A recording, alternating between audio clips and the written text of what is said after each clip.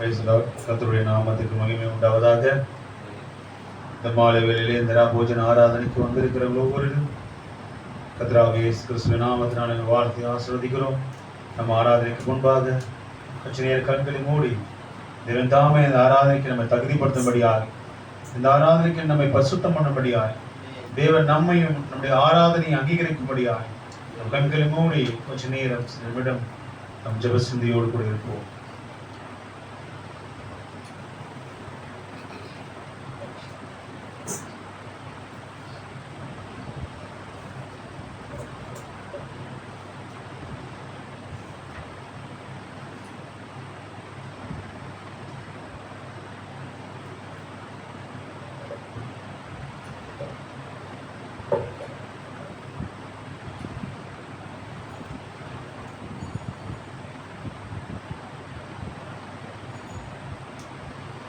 ஹல்லேலூயா, ஹல்லேலூயா, ஹல்லேலூயா, ஹல்லேலூயா, ஹல்லேலூயா, ஹல்லேலூயா.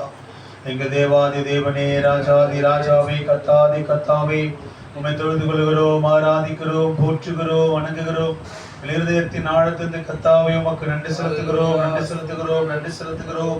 எல்லோரும் கொஞ்ச நேரம் கண்களை மூடி தேவன் நம் வாழ்க்கையில் செய்த நன்மைகளை நினைத்து தேவன் இந்த ஆராதிக்க நம்ம தகுதிப்படுத்தும்படியாக, பரிசுத்தம் பண்ணும்படியாக நம் கொஞ்ச நேரம் இருதயங்களை தாழ்த்துவோம். நன்றி கர்த்தாவே, நன்றி ராஜா, நன்றி ராஜா, நன்றி ராஜா. உன்னதமான தேவனே, உயர் மறைவில் வாசம் பண்ணுகிற தேவனே, ஜீவாதிபதியே, ஏகசக்கராதிபதியே, உமக்கு ஸ்தோத்திரம், ஸ்தோத்திரம், ஸ்தோத்திரம். ஹல்லேலூயா, ஹல்லேலூயா, ஹல்லேலூயா, ஹல்லேலூயா. எங்கள் பாவ பரிகாரியே, எங்கள் ஜீவ உபகாரியே, உமக்கு ஸ்தோத்திரம், ஸ்தோத்திரம், ஸ்தோத்திரம், ஸ்தோத்திரம், ஸ்தோத்திரம், ஸ்தோத்திரம்.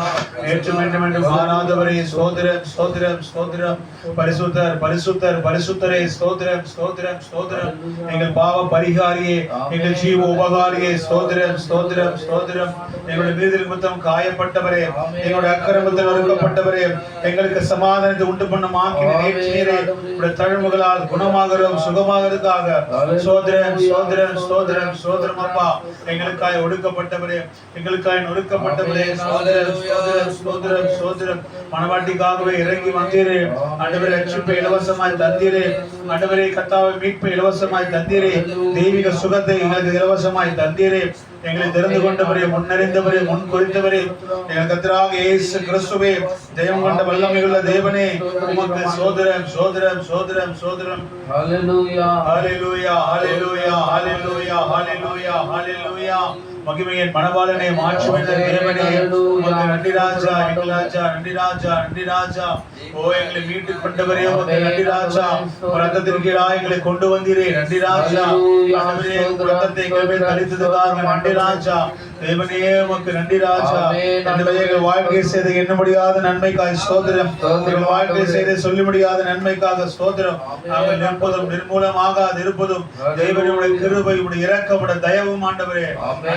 கர்த்தாவே, மன்னிக்கவே முடியாதிருந்த எங்களை மன்னித்தவரே, நேசிக்கவே முடியாதிருந்த எங்களை நேசித்தவரே, ஆண்டவரே, உமக்கு ஸ்தோத்திரம், ஸ்தோத்திரம், ஸ்தோத்திரம். அப்பா, ஹல்லேலூயா, ஹல்லேலூயா, ஹல்லேலூயா.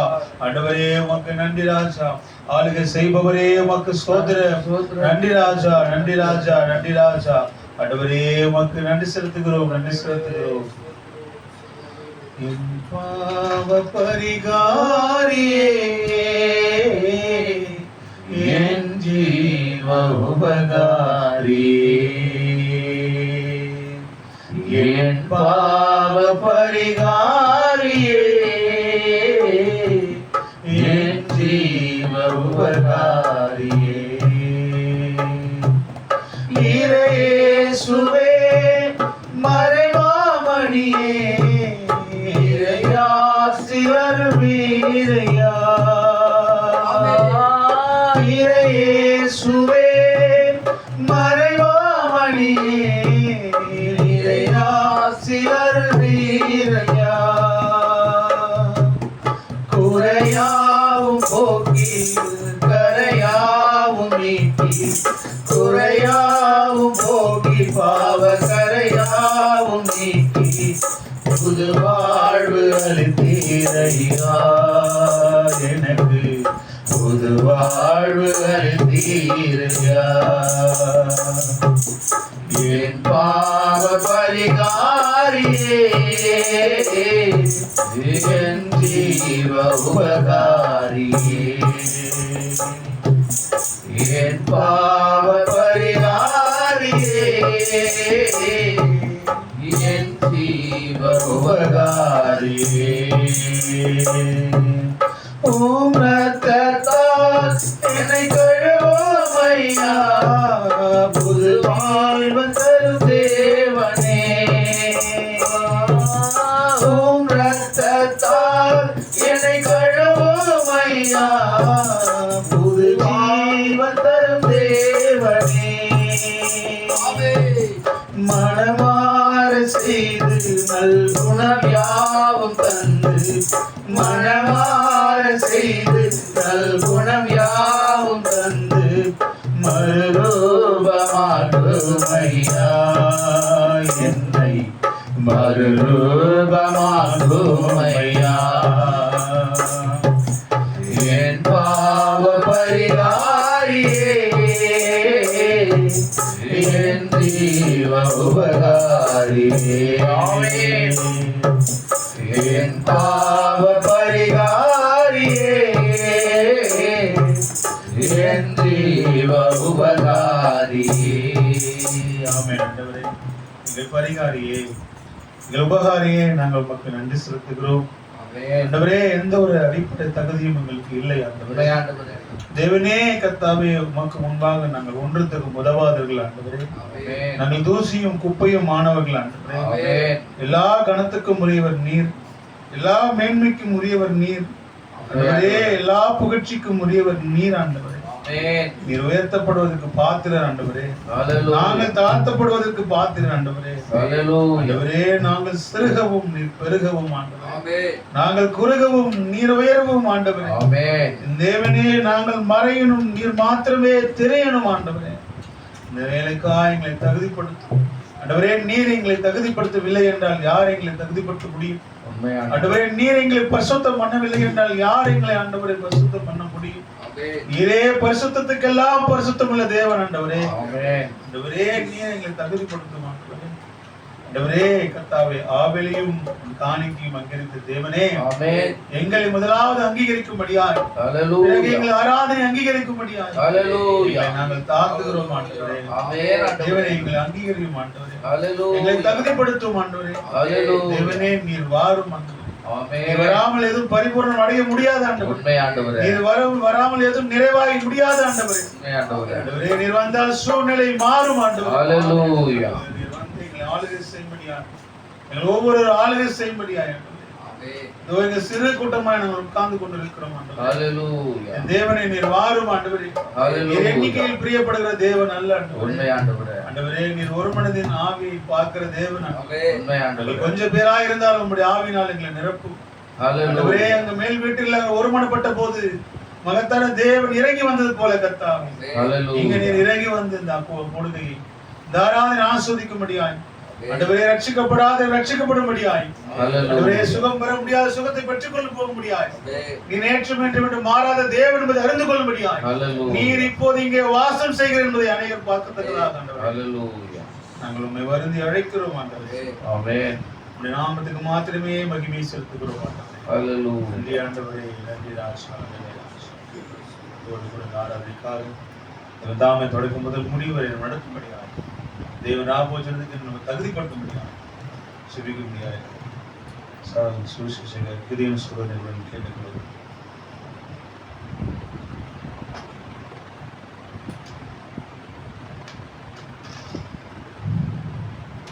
ஸ்தோத்திரம் ஆண்டவரே, ஸ்தோத்திரம் தகப்பனே, மகா இரக்கமும் கிருபையும் எங்கள் நல்ல ஆண்டவரே, இதோ தேவனே, இந்த ஆஸ்வதிக்கப்பட்ட இந்த மாலை பொழுதிலும் கர்த்தாவே அப்படி சமூகத்துல தேவனே, நாங்கள் சகோதரர்களாய் சகோதரிகளாய் உடைய பிள்ளைகளாய் இதோ ஒன்று கூடி வந்திருக்கிறோம்.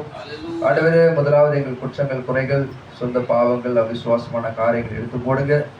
இதோ இந்த ராபோஜன ஆராதனைக்கிட்ட எங்களை தகுதிப்படுத்துங்க, எங்களை பரிசுத்தப்படுத்துங்க, எங்களை பரிசுத்த ஆவினால் நிரப்புங்க. ஆண்டவரே, நிச்சயமாகவே அருமையான வெளியேற்பட்ட ஆண்டவரே சகோதரர் இங்கே வந்திருக்கிறார்கள். நிச்சயமாகவே தேவனே, உடைய வார்த்தையை அளிக்கும்படியாய், தேவனே, உடைய வார்த்தையை எங்களோடு பகிர்ந்து கொள்ளும்படியாய், இதோ அந்த பங்காளர்களாய் ஆண்டவர் இங்கே வந்திருக்கிறார்கள். கர்த்தராகிய இயேசு கிறிஸ்து நாமத்தினால் அவர்களை நாங்கள் வாழ்த்தி வரவேற்கிறோம். நிச்சயமாகவே தேவன் தாமே உம்முடைய ஊழியக்காரர்களுக்கு மரியாதை கனத்தை செலுத்தும் பொழுது ஆண்டவரே அந்த காரியமானது உமக்கே செலுத்துகிற ஒரு காரியமா இருக்குது. அப்படியா இந்த காரியத்திலும் கூட நாங்கள் பங்கு கொள்ள கிருபை செய்த தேவன் அப்படியா எங்களை தகுதிப்படுத்தி எங்களையும் இந்த ஆராதனையும் பொறுப்பெடுத்துக் கொள்ள வேண்டும் உங்களுடைய கரத்தில் ஒப்புக் கொடுக்கிறோம். தேவனே துவக்கம் முதல் முடிவு மட்டுமாய் ஆண்டவரே ஒரு புத்தியோடு ஒரு ஆராதனை ஏறெடுக்க உதவி செய்ய, பாடுகிற பாடலையும் ஆண்டவரே ஏதோ தருகின்ற வார்த்தையிலும் ஆண்டவரே உங்களுடைய மகத்துவங்கள், உங்களுடைய வல்லமைகள், உங்களுடைய அற்புதங்களுக்கு கிரியை செய்யட்டும். ஆண்டவரே தேவனே நீ நேற்றும் இன்றும் என்றும் மாறாத தேவனா இருக்கிறது விசுவாசிக்கிறோம். அப்படியா இங்கே அநேக ஆத்துமாக்கள் வரும்படியாய் ஒரு சூழ்நிலை உருவாக்கி தந்த தேவன் அப்படியாய் அந்த ஆண்டவரே ஒரு ஆத்துமா கெட்டு போவதும் சித்தமல்ல ஆண்டவரே. இதோ தேவனே நீர்தாமே எங்களை ஆண்டவரே உங்களுடைய கரத்தை நாங்கள் ஒப்புக் கொடுக்கிறோம். கர்த்தாவே துவக்கம் முதல் முடிவு மட்டுமா இதை எங்களை நடத்துங்க, எங்களை ஆளுகை செய்க, எங்களை பலப்படுத்துங்க, எங்களை ஆசீர்வதிங்க, பாதுகாத்துக் கொள்ளுங்கப்பா. நன்றி ஆண்டவரே, நன்றி அப்பா. ரட்சகரும் மீட்பருமா இருக்கிற கர்த்தராகிய இயேசு கிறிஸ்துவின் பரிசுத்தமுள்ள நாமத்தில் ஜெபிக்கிறோம் எங்கள் ஜீவனோடு நல்ல தேவனே. ஆமென். ஹல்லேலூயா. எல்லாரும் உற்சாகம் சொல்லுங்க. ஹல்லேலூயா. எல்லாரும் உற்சாகமா இருக்கீங்களா? எல்லாரும் சந்தோஷமா இருக்கீங்களா? ஹல்லேலூயா. ஹல்லேலூயா. வேதம் எப்பவுமே நம்மள சந்தோஷமா தான் இருக்க சொல்லுது. ஹல்லேலூயா. நம்ம பாடுகள் கஷ்டங்கள் எதுவா இருந்தாலும் நம்ம எப்பவுமே சந்தோஷமா இருக்கும். ஹல்லேலூயா. Praise Lord. பாடல் கூட பாட்டு புத்தகத்தில் 47வது பாடல், தேனிலும் இனிமையான தேவன், தேவிட்டாத மதுரமான தேவன். இந்த பாடலுக்கு கரமை தட்டி நமஸ்காரமாய் பாடு. ஹல்லேலூயா. சூழ்நிலை பார்க்காதீங்க, தேவனுடைய வாக்குத்தத்தத்தின் மேல் விசுவாசமா இருங்க. தேனிலும் இனிமையான தேவன், தேவிட்டாத மதுரமான தேவன், தேனிலும் இனிமையான தேவன், தேவிட்டாத மதுரமான தேவன். ஹல்லேலூயா. ஹல்லேலூயா. ஹல்லேலூயா. ஹல்லேலூயா. ஹல்லேலூயா. ஹல்லேலூயா. ஹல்லேலூயா. ஹல்லேலூயா. ஹல்லேலூயா. ஹல்லேலூயா. ஹல்லேலூயா. ஹல்லேலூயா. ஹல்லேலூயா.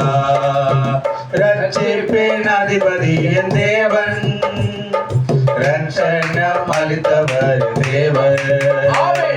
ரட்சிப்பின் அதிபதி என் தேவன், ரட்சணம் அளித்தவர் தேவன். ஹல்லேலூயா. ஹல்லேலூயா. ஹல்லேலூயா. ஹல்லேலூயா. ஹல்லேலூயா. ஹல்லேலூயா. ஹல்லேலூயா.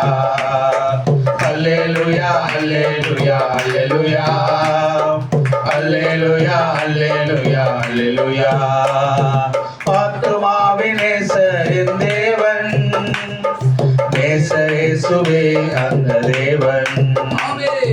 ஆத்துமாவின் நேசரின் தேவன், நேசரேசுவே அந்த தேவன். ஹல்லேலூயா. ஹல்லேலூயா. ஹல்லேலூயா. ஹல்லேலூயா. ஹல்லேலூயா. ஹல்லேலூயா. ஹல்லேலூயா. ஹல்லேலூயா. ஹல்லேலூயா. ஹல்லேலூயா. ஹல்லேலூயா. ஹல்லேலூயா. ஹல்லேலூயா. உன்னதத்தின் ஊற்று என் தேவன், வற்றாத கண்மலை என் தேவன். நாவே உன்னதத்தின் ஊற்று என் தேவன், வற்றாத கண்மலை என் தேவன். ஹல்லேலூயா. ஹல்லேலூயா. ஹல்லேலூயா. ஹல்லேலூயா. ஹல்லேலூயா. ஹல்லேலூயா. ஹல்லேலூயா. ஹல்லேலூயா. ஹல்லேலூயா. ஹல்லேலூயா. ஹல்லேலூயா. ஹல்லேலூயா. பலமான துர்கமே என் தேவன், பலமான வார்த்தையே என் தேவன். உண்மை உண்மை. பலமான துர்கமே என் தேவன், பலமான வார்த்தையே என் தேவன். ஹல்லேலூயா. ஹல்லேலூயா. ஹல்லேலூயா. ஹல்லேலூயா. ஹல்லேலூயா. ஹல்லேலூயா. ஹல்லேலூயா. ஹல்லேலூயா. ஹல்லேலூயா. ஹல்லேலூயா. ஹல்லேலூயா. ஹல்லேலூயா. முத்திரையை திறந்தவர் என் தேவன், முடிவு வரை காத்திடும் என் தேவன். ஆமே. முத்திரையை திறந்தவர் என் தேவன், முடிவு வரை காத்திடும் என் தேவன். ஹல்லேலூயா. ஹல்லேலூயா. ஹல்லேலூயா. ஹல்லேலூயா. ஹல்லேலூயா. ஹல்லேலூயா. அல்லேலூயா அல்லேலூயா அல்லேலூயா அல்லேலூயா அல்லேலூயா அல்லேலூயா. கடைசியாக மனதுருகம் நிறைந்தவர் என் தேவன், மகத்தான வைத்தியர் என் தேவன். மனதுருகம் நிறைந்தவர் என் தேவன், மகத்தான வைத்தியர் என் தேவன். அல்லேலூயா அல்லேலூயா அல்லேலூயா அல்லேலூயா அல்லேலூயா அல்லேலூயா அல்லேலூயா அல்லேலூயா அல்லேலூயா அல்லேலூயா அல்லேலூயா அல்லேலூயா. தேனிலும் இனிமையான தேவன், தெவிட்டாத மதுரமான தேவன். தேனிலும் இனிமையான தேவன், தெவிட்டாத மதுரமான தேவன். அல்லேலூயா அல்லேலூயா அல்லேலூயா அல்லேலூயா அல்லேலூயா அல்லேலூயா அல்லேலூயா அல்லேலூயா அல்லேலூயா அல்லேலூயா அல்லேலூயா அல்லேலூயா அல்லேலூயா அல்லேலூயா அல்லேலூயா அல்லேலூயா அல்லேலூயா. பாடி நம்ம ஒருவரும் தேவன் ஆசீர்வதிப்பாராக. நம்ம நம்ம பாடலை கூட நாம் பாடி கர்த்தருடைய நாமத்தை உயர்த்துவோம்.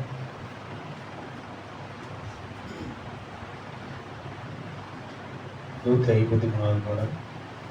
மக்களுக்கு அந்த திருப்பாதம் நம்பி வந்து பாடம் பார்த்துங்க.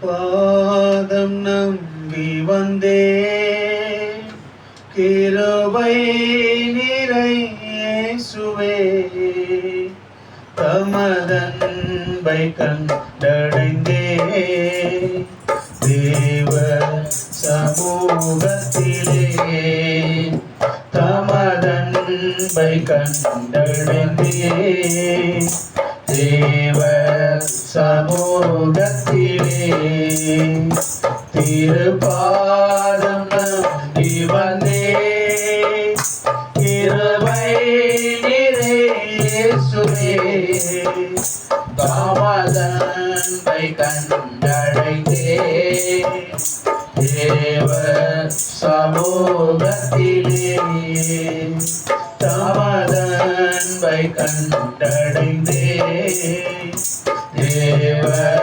சமூகத்திலே இலை பாருங்கள் தரும் தேவா, கலை தோரை தேற்றிடுமே. இலை பாருங்கள் தரும் தேவா, கலை தோரை தேற்றிடுமே. சிலுவை நிழல் எந்த தஞ்சம், சுகமாய் அங்கு தங்கிடுமே. சிலுவை நிழல் எந்த தஞ்சம், சுகமாய் அங்கு தங்கிடுமே. திருப்பாதம் நம்பி வந்தே, கிருபை நிறை இயேசுவே, தமதன்பை கண்டடைந்தே, தேவ சமூகத்திலே தமதன்பை கண்டடைந்தே, தேவ சமூகத்திலே என்னை நோக்கி கூப்பிடு என்று இந்த துன்ப நேரத்திலும், என்னை நோக்கி கூப்பிடு என்று இந்த துன்ப நேரத்திலும், கருத்தாய் விசாரித்து என்றும் கனிவோடு என்னை நோக்கிடுமே. கருத்தாய் விசாரித்து என்றும் கனிவோடு என்னை நோக்கிடுமே. திருப்பாதம் நம்பி வந்தே, கிருபை நிறை இயேசுவே, தமதன்பை கண்டடைந்தே, தேவ சமூகத்திலே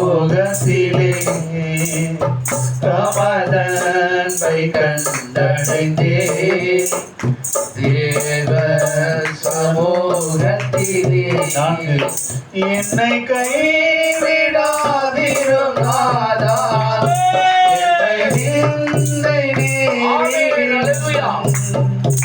என்னை கைவிடாதிரும் நாதா, என்னை நிந்தை நேரிடும் உமக்காக யாவும் சகிப்பேன், உமது பலனேந்திடுமே.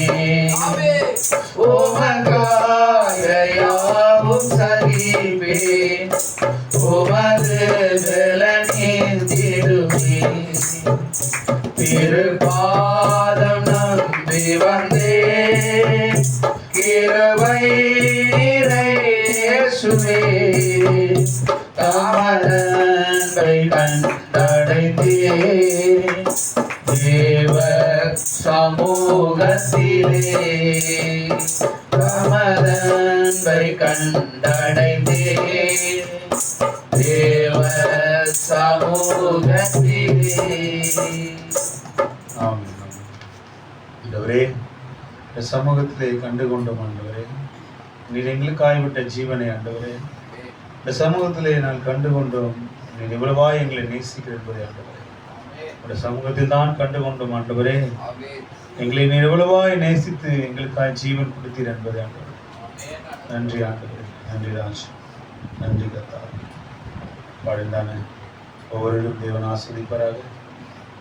நம்பி நன்றி. ஒவ்வொரு எழுந்து நிற்போம். ஒரு வார்த்தைக்கான நேரமாக இருக்கிறது. நம் மொழி பரிசு கூட பாடும்போது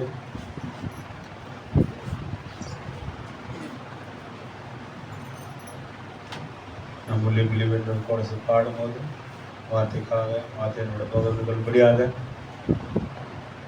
சென்னையிலிருந்து வந்திருந்ததான கருணை பிறந்த சபையின் பாஸ்டர் மனோபதில் கூட நம்ம வார்த்தையை பிரசங்கிக்கும்படியாக நம்ம அழைப்போம்.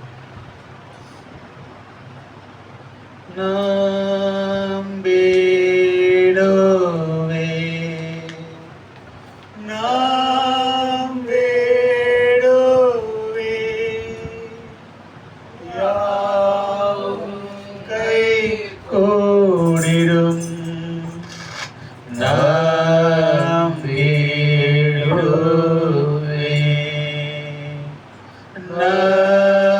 நம்பிடுவே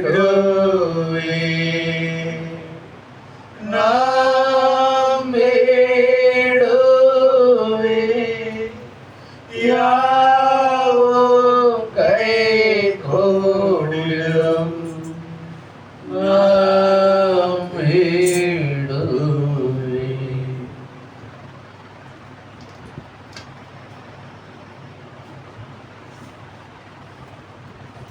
அல்லேலூயா. Praise the Lord. போதுமா? அல்லேலூயா. நம்முடைய கர்த்தராகிய இயேசு கிறிஸ்துவின் கிருபையும் சமாதானமும் இரக்கமும் வந்திருக்கிற ஒவ்வொரு மேலும் இருக்கும்படியாக வேண்டுகிறேன்.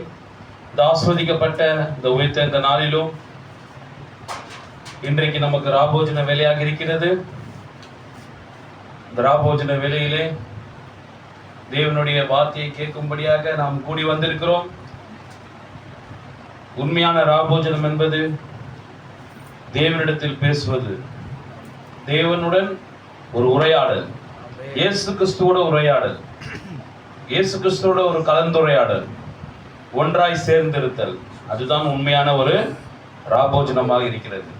இந்த ராபோஜன வேளையிலே வந்திருக்கிற ஒவ்வொருவரையும் கர்த்தராகிய இயேசு கிறிஸ்து நாமத்தினால நன்றி செலுத்துகிறேன். நாம் நின்று கொண்டிருக்கிற இந்த வேளையிலே பரிசுத்த வேதாகமத்திலிருந்து வாசிக்கும்படியாக தெரிந்து கொள்ளப்பட்ட வேத வசனம் யோவான் எழுதின சுவிசேஷம் 10ஆம் அதிகாரம் 11ஆவது வசனம்.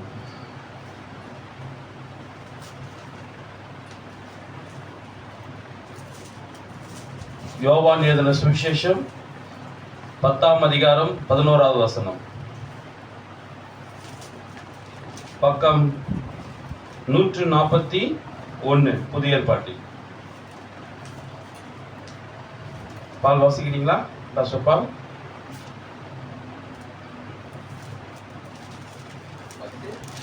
11.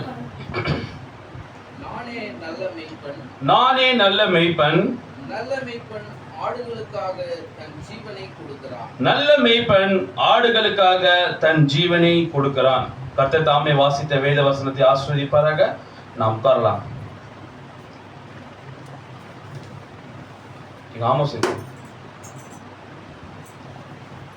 உள்ள சொல்லுங்க.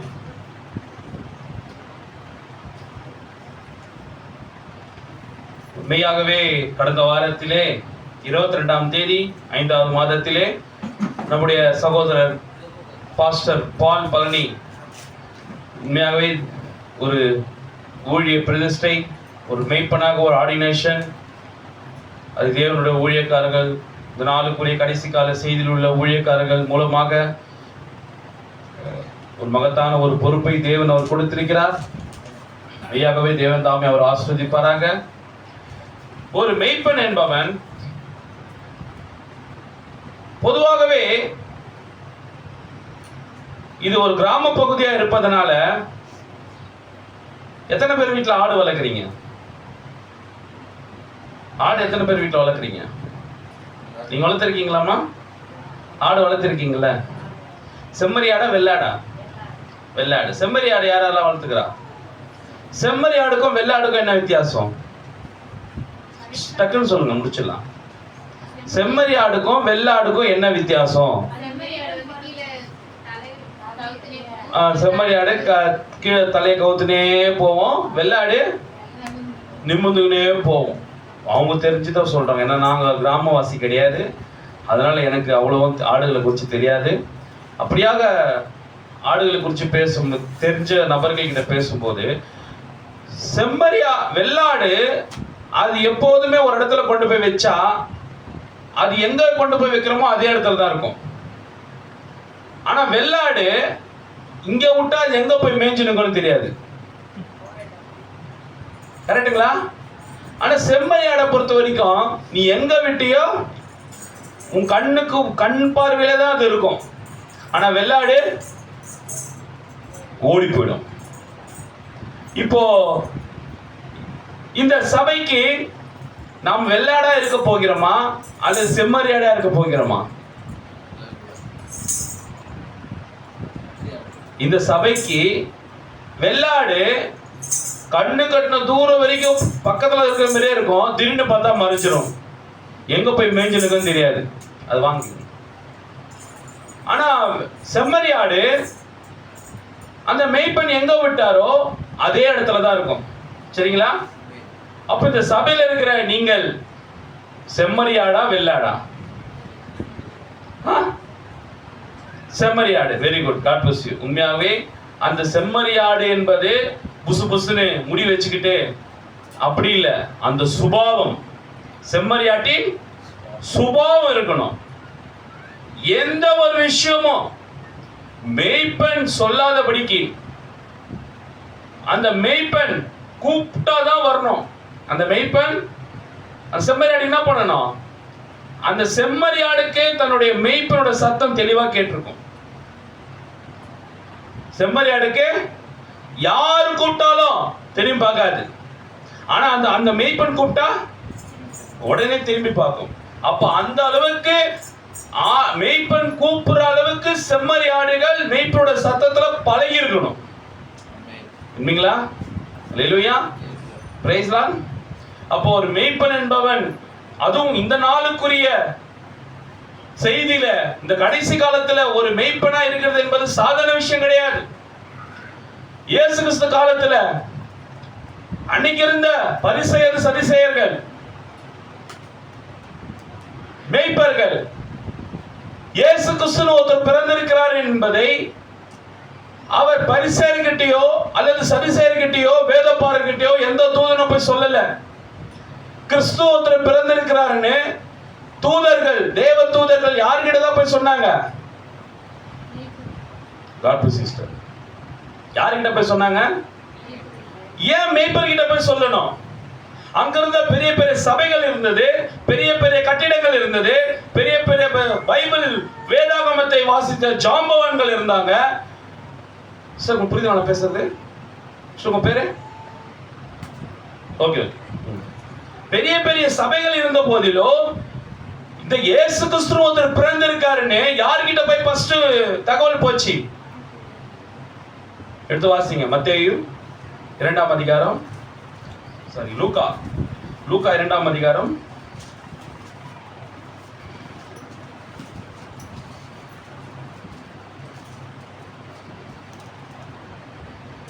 8 வாசிங்க. அப்பொழுது அந்த நாட்டிலே மேய்ப்பர்கள் வயல்வெளியில் தங்கி ராத்திரியிலே தங்கள் மந்தையை காத்து கொண்டிருந்தார்கள். யார் காத்து கொண்டிருந்தாங்களாம்? மேய்ப்பர்கள். இப்போ இந்த மேய்ப்பர்களுக்கும் இயேசு கிறிஸ்துக்கும் என்ன சம்பந்தமும் கிடையாது. இந்த மேய்ப்பருக்கும் இயேசு கிறிஸ்துக்கும் என்ன சம்பந்தமும் கிடையாது. இவங்க தன்னோட ஆடுகளை மேய்ச்சிக்கினே, வெயில் காலம், அது நல்ல ஒரு வெயில் காலம், ஏப்ரல் மாசம், அது அந்த வெயில் காலத்துல ஆடுகளை மேய்ச்சிக்கினா அங்கேயே படுத்துட்டாங்க. இப்ப விடிய காலம் ஒரு 5 மணி 5:30 மணி இருக்கும். இப்ப இந்த மேய்ப்பர்கள் கிட்ட ஒருத்தர் வராரு, வாசிப்பா. அவ்வேளையில் கர்த்தருடைய தூதன் அவரிடத்தில் வந்து நின்றான். கர்த்தருடைய மகிமை அவர்களை சுற்றிலும் பிரகாசித்தது. அவர்கள் மிகவும் பயந்தார்கள். தேவதூதன் அவர்களை நோக்கி, பயப்படாதீர்கள், இதோ எல்லா ஜனத்துக்கும் மிகுந்த சந்தோஷத்தை உண்டாக்கும் நற்செய்தியை உங்களுக்கு அறிவிக்கிறேன். எல்லா ஜனங்களுக்கும் மிகுந்த சந்தோஷத்தை உண்டாக்குகிற நற்செய்தி. அந்த நற்செய்தியை எல்லா மனுஷருக்கும் போய் தெரிஞ்சுக்கணும்னா, எல்லா மனுஷங்கிட்ட போறனா, அந்த நற்செய்தியை கொண்டு போயிட்டு அந்த தேவதூதன் யார்கிட்ட போய் சொல்லியிருக்கணும்? அன்றைக்கு இயேசு கிறிஸ்துவை யார் எதிர்பார்த்திருந்தாங்களோ அந்த சபைகளுக்கிட்ட போய் சொல்லியிருக்கணும். 10,000-20,000 சபை பிலீவர்ஸ் வர சபையில போயிட்டு 1,000-2,000 பேர் வருகிற சபையில போயிட்டு அந்த தேவதூதன் போய் சொல்லியிருக்கணும், உங்களுக்கு நீங்க எல்லாரும் எதிர்பார்த்திருந்தீங்களே அந்த மேசியா, அந்த இயேசு கிறிஸ்து இப்போது பிறந்திருக்கிறார், உங்களுக்கு மிகுந்த நற்செய்தி. ஆனால் அந்த தேவதூதன் யாருக்கிட்ட போய் சொன்னாரு? சர்ச்சை இல்லாதவங்க, சபையே இல்ல, ஒரு ஆடு மேய்ச்சிக்கிட்டு, படிப்பறிவு இல்லாத, எந்த ஒரு உலக ஞானமும் இல்லாத, நல்ல ஒரு, அவங்க பக்கத்துல போனா ஒரே ஸ்மெல், நாத்தடிக்கும், சாணி நாத்தமோ யூரின் நாத்தமோ அடிக்கும், அவ்வளவு ஸ்மெல் வரும். ஒரு மேய்ப்பன் எத்தனை நாளாவும் தெரியும் அவன் குளிச்சு. அப்படிப்பட்டவங்க தான் செய்தி போது மிகுந்த சந்தோஷம் எல்லா ஜனத்துக்கும். யாருக்கா? எல்லா ஜனத்துக்குள்ள மிகுந்த சந்தோஷத்தை வாசிப்பா உண்டாக்கும் நற்செய்தி உங்களுக்கு அறிவிக்கிறேன். இன்று கர்த்தராகிய கிறிஸ்து என்னும் இரட்சகர் உங்களுக்கு தாவீதின் ஊரிலே பிறந்திருக்கிறார். பிள்ளையை துணிகளில் சுற்றி முன்னணியில் கிடைத்திருக்கிறார். 18 வாசிப்பா. 17, 18. கண்டு அந்த பிள்ளையை குறித்து தங்களுக்கு சொல்லப்பட்ட சங்கதியை பிரசித்தம் பண்ணினார்கள். மேய்ப்பராலே தங்களுக்கு சொல்லப்பட்டதை கேட்ட யாவரும் அவைகளை குறித்து ஆச்சரியப்பட்டார்கள். போதும், 20 வாசிங்க. மேய்ப்பர்களும் தங்களுக்கு சொல்லப்பட்டபடியே கேட்டு கண்ட எல்லாவற்றுக்காகவும் தேவனை மகிமைப்படுத்தி துதித்துக் கொண்டு திரும்பி போனார்கள். அவ்வளவுதான். இப்ப இந்த கிறிஸ்டின் ஒருத்தர் பிறந்திருக்கிறாருன்னு பார்த்தாங்க, விசுவாசிச்சாங்க, அதை விசுவாசித்து தேவனுக்கு நன்றி செலுத்திட்டு போயினேட்டாங்க. அல்லேலூயா. பாருங்க, அது ஏன் மேய்ப்பரா இருக்க வேண்டியது? திரு தலைப்பு கொடுக்கிறாரு, அது ஏன் மேய்ப்பரா இருக்க வேண்டியது? இப்போ ஒரு மேய்ப்பன் என்பவன், உண்மையாகவே ஒரு மேய்ப்பன் என்பவன் எப்படி இருக்கணும்? பாஸ்டர் பால் ஆர்டினேஷன் பண்ணியாச்சு, பாஸ்டர் பால் சபை நடத்தி கொண்டு வருகிறார். ஆனால் நம்முடைய தீர்க்கதரிசியானவர் ஒரு மேய்ப்பனுடைய குணலட்சணம் என்றால் என்ன? ஒரு மேய்ப்பன் எப்படி நடந்துக்கணும்? ஒரு விசுவாசிக்கு ஒரு மேய்ப்பனுக்கு எப்படி கீழ்ப்படியணும்? ஒரு விசுவாசிகளை மேய்ப்பன் எப்படி நடத்த வேண்டும், எப்படி ட்ரீட் பண்ணணும்? உண்மையாகவே அநேக சபைகள் இருக்கிறது. இந்த திருவண்ணாமலை பகுதியில அநேக சபைகள் இருக்கிறது. இயேசு கிறிஸ்து காலத்துல அநேக சபைகள் இருந்தது. ஆனால் அந்த சபைகளுடைய மேய்ப்பர்களை பார்த்து அந்த சபைக்கு போங்கள், அதுதான் நல்ல மேய்ப்பன் அங்கதான் இருக்கிறார், இந்த சபைக்கு போங்கள், இங்கதான் நல்ல மேய்ப்பன் இருக்கிறார், பரிசேயர் சபைக்கு போங்கள், சதுசேயர் சபைக்கு போங்கள். அவர் அப்படி சொல்லல. அவர் என்ன சொன்னாரு? யோவான் 10:11 என்ன சொன்னாரு?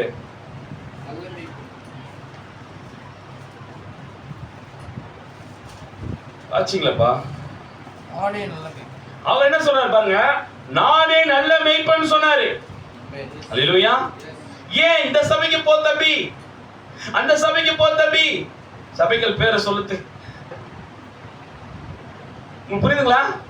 ஆனா அவர் என்ன சொன்னார்னா, நானே நல்ல மேய்ப்பன். ஏன் அவரை தன்னை நல்ல மேய்ப்பன் என்று சொன்னார்? ஏன்னா நல்ல மேய்ப்பன் என்ன பண்றானா? ஜீவனை கொடுக்கிறார். ஆனால் இயேசு கிறிஸ்து பூமியில பிறக்கும் போதே அவர் என்னவா பிறந்தார்னா, ஒரு மாட்டு தொழுவத்துல, ஒரு ஆட்டு தொழுவத்துல, ஒரு ஆட்டு பட்டியில தொழுவத்துல, மாட்டு தொழுவத்துல ஒரு ஆட்டுக்குட்டியாகவே அவர் பிறந்தாராங்க. அவர் பிறக்கும் போது என்னவா பிறக்கிறாரு? அவர் யோவான் ஸ்நானனை அறிமுகப்படுத்தும் போது என்னென்ன அறிமுகப்படுத்தினாரு? தேவ ஆட்டுக்குட்டியின் பிரசங்கம் இன்ட்ரோடியூஸ் பண்றாரு. ஆனால் அவர் ஊழியம் ஆரம்பிக்கும் போது தன்னை ஒரு ஆட்டுக்குட்டியாவே பாவிச்சுட்டு வர்றாரு. ஏன் அவர் ஆட்டுக்குட்டியா தன்னை ஒப்பிடுறாருன்னா, அவர் பிதாவாகிய தேவன் அவருக்கு ஒரு மெய்ப்பன் இருந்தார். ஆரம்பத்துல இயேசு கிறிஸ்துவுக்கு ஒரு மெய்ப்பன் இருந்தார். அந்த மெய்ப்பன் யாரு? பிதாவாகிய யெகோவா தேவன். அந்த யெகோவா தேவனுக்கு அவர் ஒரு முதலாவது இயேசு கிறிஸ்து ஒரு ஆட்டுக்குட்டியா இருக்கிறாரு. Price the Lord. இயேசு கிறிஸ்து ஆரம்பத்துல மெய்ப்பனா இல்ல. ஆரம்பத்துல ஒரு ஊழியம் ஆரம்பிக்கும் போது அவர் என்னவா இருக்கிறாரு? அவர் மெய்ப்பனா இல்ல, என்னவா இருக்கிறாரு? ஆரம்பத்துல அவர் ஒரு ஆட்டுக்குட்டியா தான் இருக்கிறாரு. ஆட்டுக்குட்டியா இயேசு கிறிஸ்து எடுத்த உடனே இன்னைக்கு அநேகர் சபைக்கு போன உடனே பாஸ்டர் ஆயிடுறாங்க. சபைக்கு போன உடனே கொஞ்ச நாள் கழிச்சு பிலீவர் ஆகுறாங்க. அதன் பிறகு என்ன பண்றாங்க? உடனே பாஸ்டர் ஆயிடுறாங்க. ஆனால் இயேசு கிறிஸ்துவானவர் பாருங்கள், அவர் ஆரம்பத்தின் ஊழியத்தின் ஆரம்பத்திலே தன்னை ஒரு ஆட்டுக்குட்டியாவே தான் வராரு. அவர் ஆரம்பத்துல ஒரு ஆட்டுக்குட்டியா தான் வருகிறார். ஆனால் ஊழியத்தின் முடிவிலே தான் தன்னை அவர் மேய்ப்பராக ஆக்கி கொண்டார். ஊழியத்தின் முடிவிலே தான் மந்தையை சேர்ப்பதற்கு முன்னாடியே, ஆடுகளை போய் கண்டடிக்கிறதுக்கு முன்னாடி ஆடுகளை போய் பிடிக்கணும். ஆடுகளை பிடிச்ச பிறகு அதை ஒழுங்குபடுத்தின பிறகுதான் கடைசியா தான் அவர் ஆடுகளை 12 பேரை ஒழுங்குபடுத்தியாச்சு, 12 பேரை உள்ள வந்தாச்சு. இப்போ சொல்றார், நான் நல்ல மேய்ப்பன். அப்போ ஒரு மேய்ப்பன் என்பவன் முதலாவது ஆடுகளை அவன் சந்திக்க வேண்டியதா இருக்கிறது. அவன் ஆடுகளை போய் சந்திக்க வேண்டியதா இருக்குது. ஆட்டோட நீ பழக வேண்டியதா இருக்குது. அந்த ஆடோடைய ஸ்மெல்லை நீ தாங்க வேண்டியதா இருக்குது. இது எல்லாமே இயேசு கிறிஸ்து. அதனால தான் அவருடைய தொழிலை பார்த்தீங்கன்னா தச்சர் குடும்பத்திலிருந்து வந்தவர். ஆனால் அவர் தன் ஆடுகளை பிடிக்க போன இடம் எது? தனக்கென்று ஒரு ஆடுகளை இயேசு கிறிஸ்து போய் பிடிக்க போன இடம் எது? மாட்டு தொழுவத்தை காட்டிலும் பல மடங்கு துர்நாற்றம் அடைஞ்சு இருக்கிற மீன்காரனை போய் பிடிச்சார். காரணம் என்ன? ஏன்னா மீன்காரனை விட மோசமான ஸ்மெல் வேற யாருக்கிட்டே வராது. பயங்கர நாத்தம் அடிக்கும். ஆடு மேய்ப்பனா இருக்கிறவனை காட்டிலும் மீன்காரன் மேல பயங்கர ஸ்மெல் வரும். அல்லேலூயா. அப்படிப்பட்ட நபர்களை தேவன் முதலாவது சந்திக்கிறார். அவர் ஊழியத்தை தொடங்கும் போதே இயேசு கிறிஸ்து பாருங்கள், அவர் ஊழியத்தை தொடங்கி கொண்டு இருக்கும் போதே ஒரு மேய்ப்பன் எப்படி இருக்க வேண்டும் என்று அவர் போதித்துக் கொண்டே வருகிறார். ஒரு மேய்ப்பன்னா எப்படி இருக்கணும்னா, தான் கூட இருக்கிறவங்கள எப்பவுமே ஜாக்கிரதையா பார்த்துக்கணும். தன் கூட இருக்கிறவங்கள எப்பவுமே என்ன பண்ணணும்? ரொம்ப ஜாக்கிரதையா பார்த்துக்கணும். எந்த ஒரு கேள்வி கேட்டாலும் மத்தவங்க யாரும் பேச மாட்டாங்க. யார் தான் பேசுவா? அந்த இயேசு கிறிஸ்து தான் எல்லாத்துக்கும் பேசுவாரு. இயேசு கிறிஸ்து இவங்க ஏதாவது சீஷர் தப்பு பண்ண யார்கிட்ட தான் போய் கேட்பாங்க? இயேசு கிட்ட தான் போய் கேட்பாங்க. எந்த ஒரு கேள்வி இயேசு கிட்ட தான் போய் கேட்பாங்க. இவங்க யாரும் அதிக பிரசித்தனமா இவங்க பண்ணவே மாட்டாங்க, அமைதியா இருப்பாங்க. இப்ப இந்த இயேசு கிறிஸ்து பிறந்திருக்கிறான்ற ஒரு செய்தி மேய்ப்பர்கிட்ட வரும்போது அந்த மேய்ப்பர்கள் உடனே ஓடி போயிட்டு அந்த மாட்டு தோட்டத்தில் இருக்கிற குழந்தைய போய் சந்திச்சாங்க. இதே பரிசேயன் அன்றைக்கு இருந்த பெரிய பெரிய சபை ஸ்தாபனங்களுக்கு கிட்ட போயிட்டு இயேசு பிறந்திருக்கா சொல்லியிருந்தா அவங்க என்ன நம்ம சொல்லியிருப்பாங்க, அந்த குழந்தைய அரண்மனைக்கு தூக்கிட்டு வா. அந்த குழந்தைய அரண்மனைக்கு தூக்கி. எப்போதுமே தெரிஞ்சுக்கோ, இயேசு இருக்கிற இடத்துல தான் நீ போக வேண்டியதா இருக்குது. அவர் இருக்கிற இடத்துல, நீ இருக்கிற இடத்துல அவர் வர மாட்டார். இயேசு இருக்கிற இடத்துல நீ போக வேண்டியதா இருக்குது. நீ சபைக்கு போக மாட்ட, வேதத்தை வாசிக்க மாட்ட, ஜெபிக்க மாட்ட. ஆனா உனக்கு பிரச்சனை போராட்டங்கள் வந்தா அந்த நேரத்துல இயேசு என்கிட்ட வரணும், என் வியாதி சுகமாக்கணும், என் பிரச்சனை போக்கணும்னு. ஆனா முன்னாடி என்ன செய்யணும்? நீ முதலாவது இயேசு இடத்துல போகணும். இயேசு எங்க இருக்கிறாரு? சபைக்கு போறது இல்ல, வேதத்தை வாசிக்கிறது இல்ல. வேதத்துல இருக்கிறாரு இயேசு கிறிஸ்து, வாசிக்கிறது இல்ல. சகோதர ஐக்கியத்துல இருக்கிறாரு, போறது கிடையாது. சபையில இருக்கிறாரு, அங்கேயே சபைக்கு போறது கிடையாது. ஆனா உனக்கு பிரச்சனைகள் போராட்டங்கள் வரும்போது அப்ப மட்டும் நீ இயேசு கூப்பிடுவ. இயேசு நீ என்கிட்ட வா. ஆண்டவரே எங்க இருக்கிற? உனக்கு கண் இல்லையா, மூக்கு இல்லையா, வாய் இல்லையா? என் ஜபத்தை கேட்க மாட்டியா? சொல்லலாம், சொல்ல மாட்டாங்களா? அந்த மேய்ப்பர்கள் இயேசு பிறந்த இடத்துக்கு போறாங்க. அந்த இயேசு இருந்த இடத்துக்கு போயிட்டு அந்த குழந்தையை பார்க்கும்போது மூக்க பொத்தல. அந்த மேய்ப்பர்கள் அவங்க மூக்க பொத்தல, சந்தோஷமா அந்த இடத்துக்கு போறாங்க. ஏன்னா அது பழக்கப்பட்ட இடம்.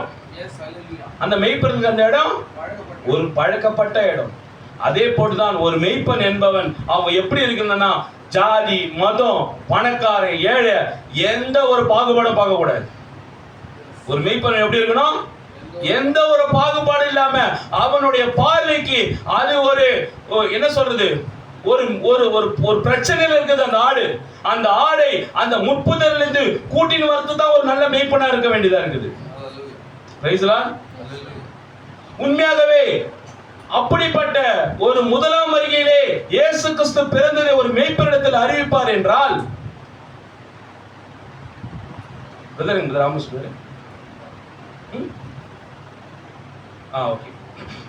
முதலாம் வருகையிலே இயேசு கிறிஸ்து பிறந்திருக்கிற விஷயம் ஒரு மேய்ப்பருக்கு அறிவிப்பார் என்றால், பாருங்கள் இரண்டாம் வருகையிலும் என்ன பண்ணுவாரு? மேய்ப்பனுக்கு தான் அறிவிப்பார். அவர் முதலாம் வருகையில் என்ன செய்தாரோ அதைதான் இரண்டாம் வருகையில செய்வார். ஏனென்றால் ஏன் மேய்ப்பன் கிட்ட செய்தி போச்சுன்னா, மேய்ப்பன் மட்டும்தான் அந்த செய்தியை கேட்டு ஆடுகளை கிறிஸ்துவண்டிக்கு வழிநடத்துவான். ஒரு சுவிசேஷகனுக்கோ, ஒரு போதகருக்கோ, அல்லது தீர்க்கதரிசிக்கோ, தீர்க்க தரிசன வடத்தை உடையவனுக்கோ, அல்லது அப்போஸ்தலருக்கோ அந்த செய்தி போல. ஏன்னா அவங்களுக்கு அந்த ஆடுகள் மேல அக்கறை இருக்காது. அவனுக்கு தனக்கு போதி தனக்கு என்ன கொடுத்தாங்களோ அதை மட்டும் செஞ்சுட்டு போயிடுவான். அந்த ஆடோட உட்கார்ந்து அதுக்கு என்ன தேவை, புழு இருக்குதா, அது இருக்குதா, இது இருக்குதா, காது உள்ள பாக்குறது, அதை குளிப்பாட்டுறது, அந்த சாணி எடுத்து போடுற விஷயம் அப்போஸ்தலருக்கு தெரியாது, சுவிசேஷங்களுக்கு தெரியாது, தீர்க்கதரிசன வடத்தை உடையவர்களுக்கு தெரியாது. மேய்ப்பனுக்கு மட்டும் தான் தெரியும். அல்லேலூயா.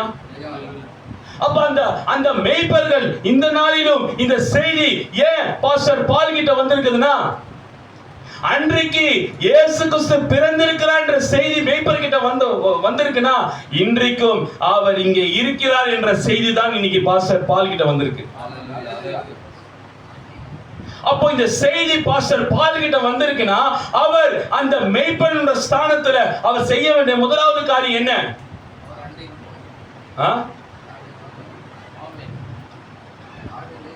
ஜெபம் பண்றது. பாஸ்டரோட வேலை என்ன?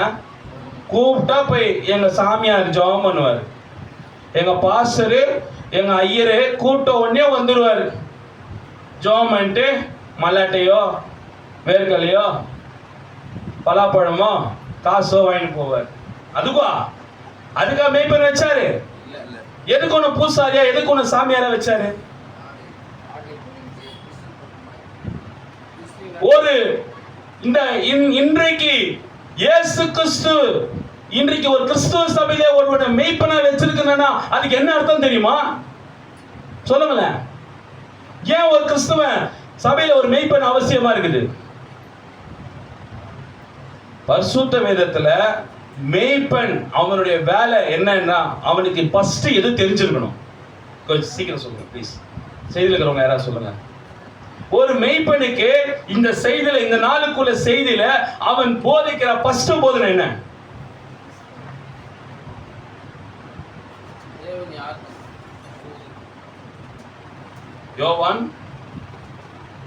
யோவான் எழுதின சுவிசேஷம் 3ஆம் அதிகாரம் 1வது வசனம்.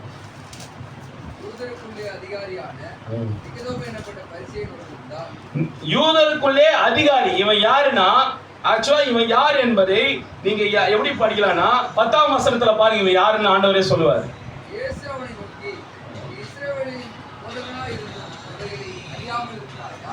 இந்த நிக்கோதேமு யாரு? இஸ்ரவேலின் போதகன். ஒரு இஸ்ரவேல், ஒரு மெய்ப்பன். ஒரு மெய்ப்பன் முதலாவது சபையில சொல்ல வேண்டிய உபதேசம் என்ன? 2வது வசனம்.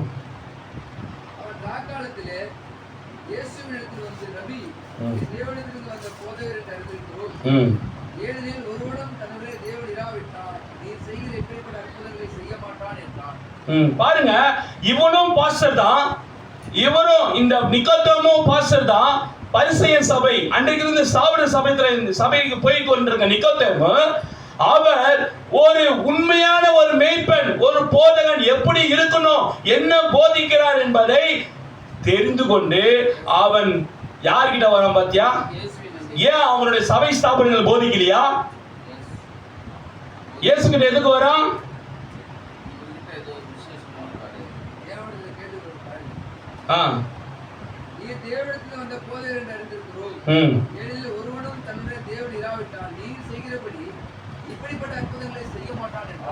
மூணு வாசிப்பா. ஒருவன் மறுபடியும் பிரவாவிட்டால் தேவனுடைய ராஜ்யத்தை காண மாட்டான் என்று மெய்யாகவே மெய்யாகவே உங்களுக்கு சொல்லுகிறேன். இதுதான் ஒரு உண்மையான ஒரு மெய்ப்பன் தன்னுடைய ஜனங்களுக்கு போதிக்க வேண்டிய ஃபர்ஸ்ட் காஸ்பல். இதுதான். எது? நிக்கோதேமு பல நாள் பைபிள் படிச்சிருந்தாலும், பரிசேயனா இருந்தாலும், ஒரு போதகனா இருந்தாலும், அவன் இயேசு செய்த அடையாளங்கள், அற்புதங்கள், இயேசு கிடத்துல தேவன் இருக்கிறார் என்ற அந்த பிலீவ் யாருக்கு இல்லைன்னா, சபைக்கு போய் கொண்டு, சபையை நடத்தி கொண்டு, சபையில போதித்துக் கொண்டிருக்கிற நிக்கோதேமு கிட்ட அந்த காரியம் இல்லை. எந்த காரியம்னா, இயேசு கிட்ட இருக்கிற தேவத்துவம், இயேசு செய்த அடையாளங்கள், அற்புதங்கள், அவர் பேசுற டீச்சிங், அவர் பேசுற போதனை, அவர் வழிநடத்துகிற தன்மை யார்கிட்ட இல்ல? இவரும் மெய்ப்பன் தான், அவனும் மெய்ப்பன் தான். இவரும் போதகர், அவனும் போதகர். நிக்கோதேமு போதகர், இயேசு கிறிஸ்து போதகர். அல்லேலூயா. வந்து கேக்குறான், ரவி, நீ தேவனிடத்தில் வந்த போதகர் என்று அறிந்திருக்கிறோம். அப்ப இயேசு கிறிஸ்து தேவனிடத்தில் வந்த பாஸ்டர்னா, அப்ப இந்த நிக்கோதேமு யார்கிட்ட வந்த பாஸ்டர்? இயேசு கிறிஸ்து தேவனிடத்தில் வந்த போதகராம். அப்போ இயேசு கிறிஸ்து தேவனிடத்தில் வந்த போதகர்னு அவன் எப்படி கண்டுபிடிச்சானா? அதே சொல்றான், அவனே சொல்றான். God bless you. அப்போ தேவன் இன்றைக்கு உன்னை ஒரு இன்னைக்கு மெய்ப்பனா வச்சிருக்கிறார்னா, உன்னை மெய்ப்பனா இன்றைக்கு தேவன் ஏன் வச்சிருக்கிறார்னா, அன்றைக்கு இயேசு செய்த அதே அடையாளம், அற்புதம் நீ செஞ்சு காட்டினா மாத்திரம்தான் உன்னை தேடி பல நிக்கோதேமு வருவாங்க.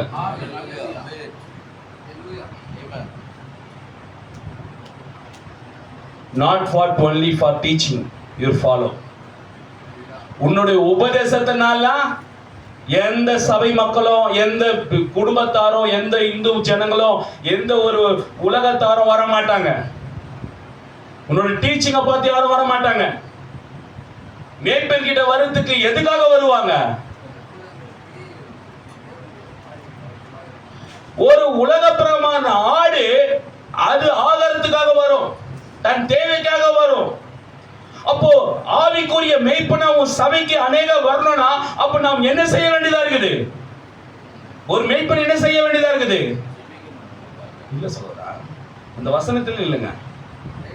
கிரியை காண்பிக்கும். இப்போ நிக்கோதேமு இயேசு கிட்ட என்ன ரீசனுக்காக வந்தான் பாரு, படிப்பா. 2. அவன் ராக்காலத்திலே இயேசுவிடத்தில் வந்து, ரபி, நீ தேவனிடத்திலிருந்து வந்த போதகர் என்று அறிந்து. ஓ, இப்போ அந்த இயேசுன்ற இடத்துல பால் போட்டு படிங்க. நம்ம பழனி பாலை போட்டு படிங்க. படிங்க. அவன் ராக்காலத்திலே பால் எடுத்து வந்து, ரபி, நீ தேவனிடத்திலிருந்து வந்த போதகர் என்று அறிந்து. பால், நீ தேவனிடத்தில் வந்த போதகர் என்று அறிவேன். ஏனெனில் ஒருவனும் தன்னுடனே தேவன் இல்லாவிட்டால், பால், உங்ககிட்ட தேவன் இல்லனா நீ செய்கிற அற்புதங்களை செய்ய மாட்டான். எந்த அற்புதமும் செய்ய மாட்டாங்க. நானும் எவ்வளோ அக்கம் பக்கத்துல இருக்கிற சபைகளுக்கு போறேன், கோவில்களுக்கு போறேன், எங்கேயுமே இந்த மாதிரி அற்புதம் தான் கிடைக்கலங்க. உங்ககிட்ட, உங்க சபையில தான் பாஸ்டர் பால், உங்க சபையில தான் இந்த அடையாள அற்புதங்களா இருக்குது. அல்லேலூயா, அல்லேலூயா. அப்போ இங்க சுத்து வட்டாரத்துல இருக்கிற திருவண்ணாமலை பகுதியில, மருத்துவமனை பகுதியில் இருக்கிற எல்லாரும் பாஸ்டர் பால் கிட்ட வரணும்னா, not only for teaching. வெறும் பால் நல்லா சூப்பரா பேசுறாரு, சுவிசேஷகர் கிதியோன் அருமையா பேசுறாரு, அதுக்காக ஜனங்க உன்னை தேடி வர மாட்டாங்க. உண்மையா இல்லையா? என் தேவை அந்த சபைக்கு போனால் எனக்கு உடல்நிலை சரியாயிடுமா? இந்த கிறிஸ்து இந்த கடைசி சத்தத்தின் கூடாரத்துக்கு போனா, அந்த மேய்ப்பன் கீழே போனா என்னை சரியா வழிநடத்துவாரா? அந்த பாஸ்டர் பால் கடைசி சத்தத்தின் கூடாரத்துக்கு கீழே இருக்கிற அந்த பாஸ்டர் பாலோடைய அடையாளங்கள், அற்புதங்கள் நான் கேள்விப்பட்டேன். இந்த நிக்கோதேமு இயேசுவை குறித்து கேள்விப்பட்டான். சும்மாலாம் நிக்கோதேமு இயேசு என்ற மேய்ப்பன் கிட்ட வரல. அல்லேலூயா. ஏதோ ஒரு அந்த இயேசு கிறிஸ்துன்ற ஒரு மேய்ப்பன் ஏதோ ஒரு ஜனங்களை தன்னிடத்தில் கொண்டு வரும்படியான ஒரு அடையாளத்தையும் அற்புதத்தையும் செய்து செய்து செய்து காண்பித்து ஜனங்களை தன்னிடத்தில் கொண்டு வருகிறார்.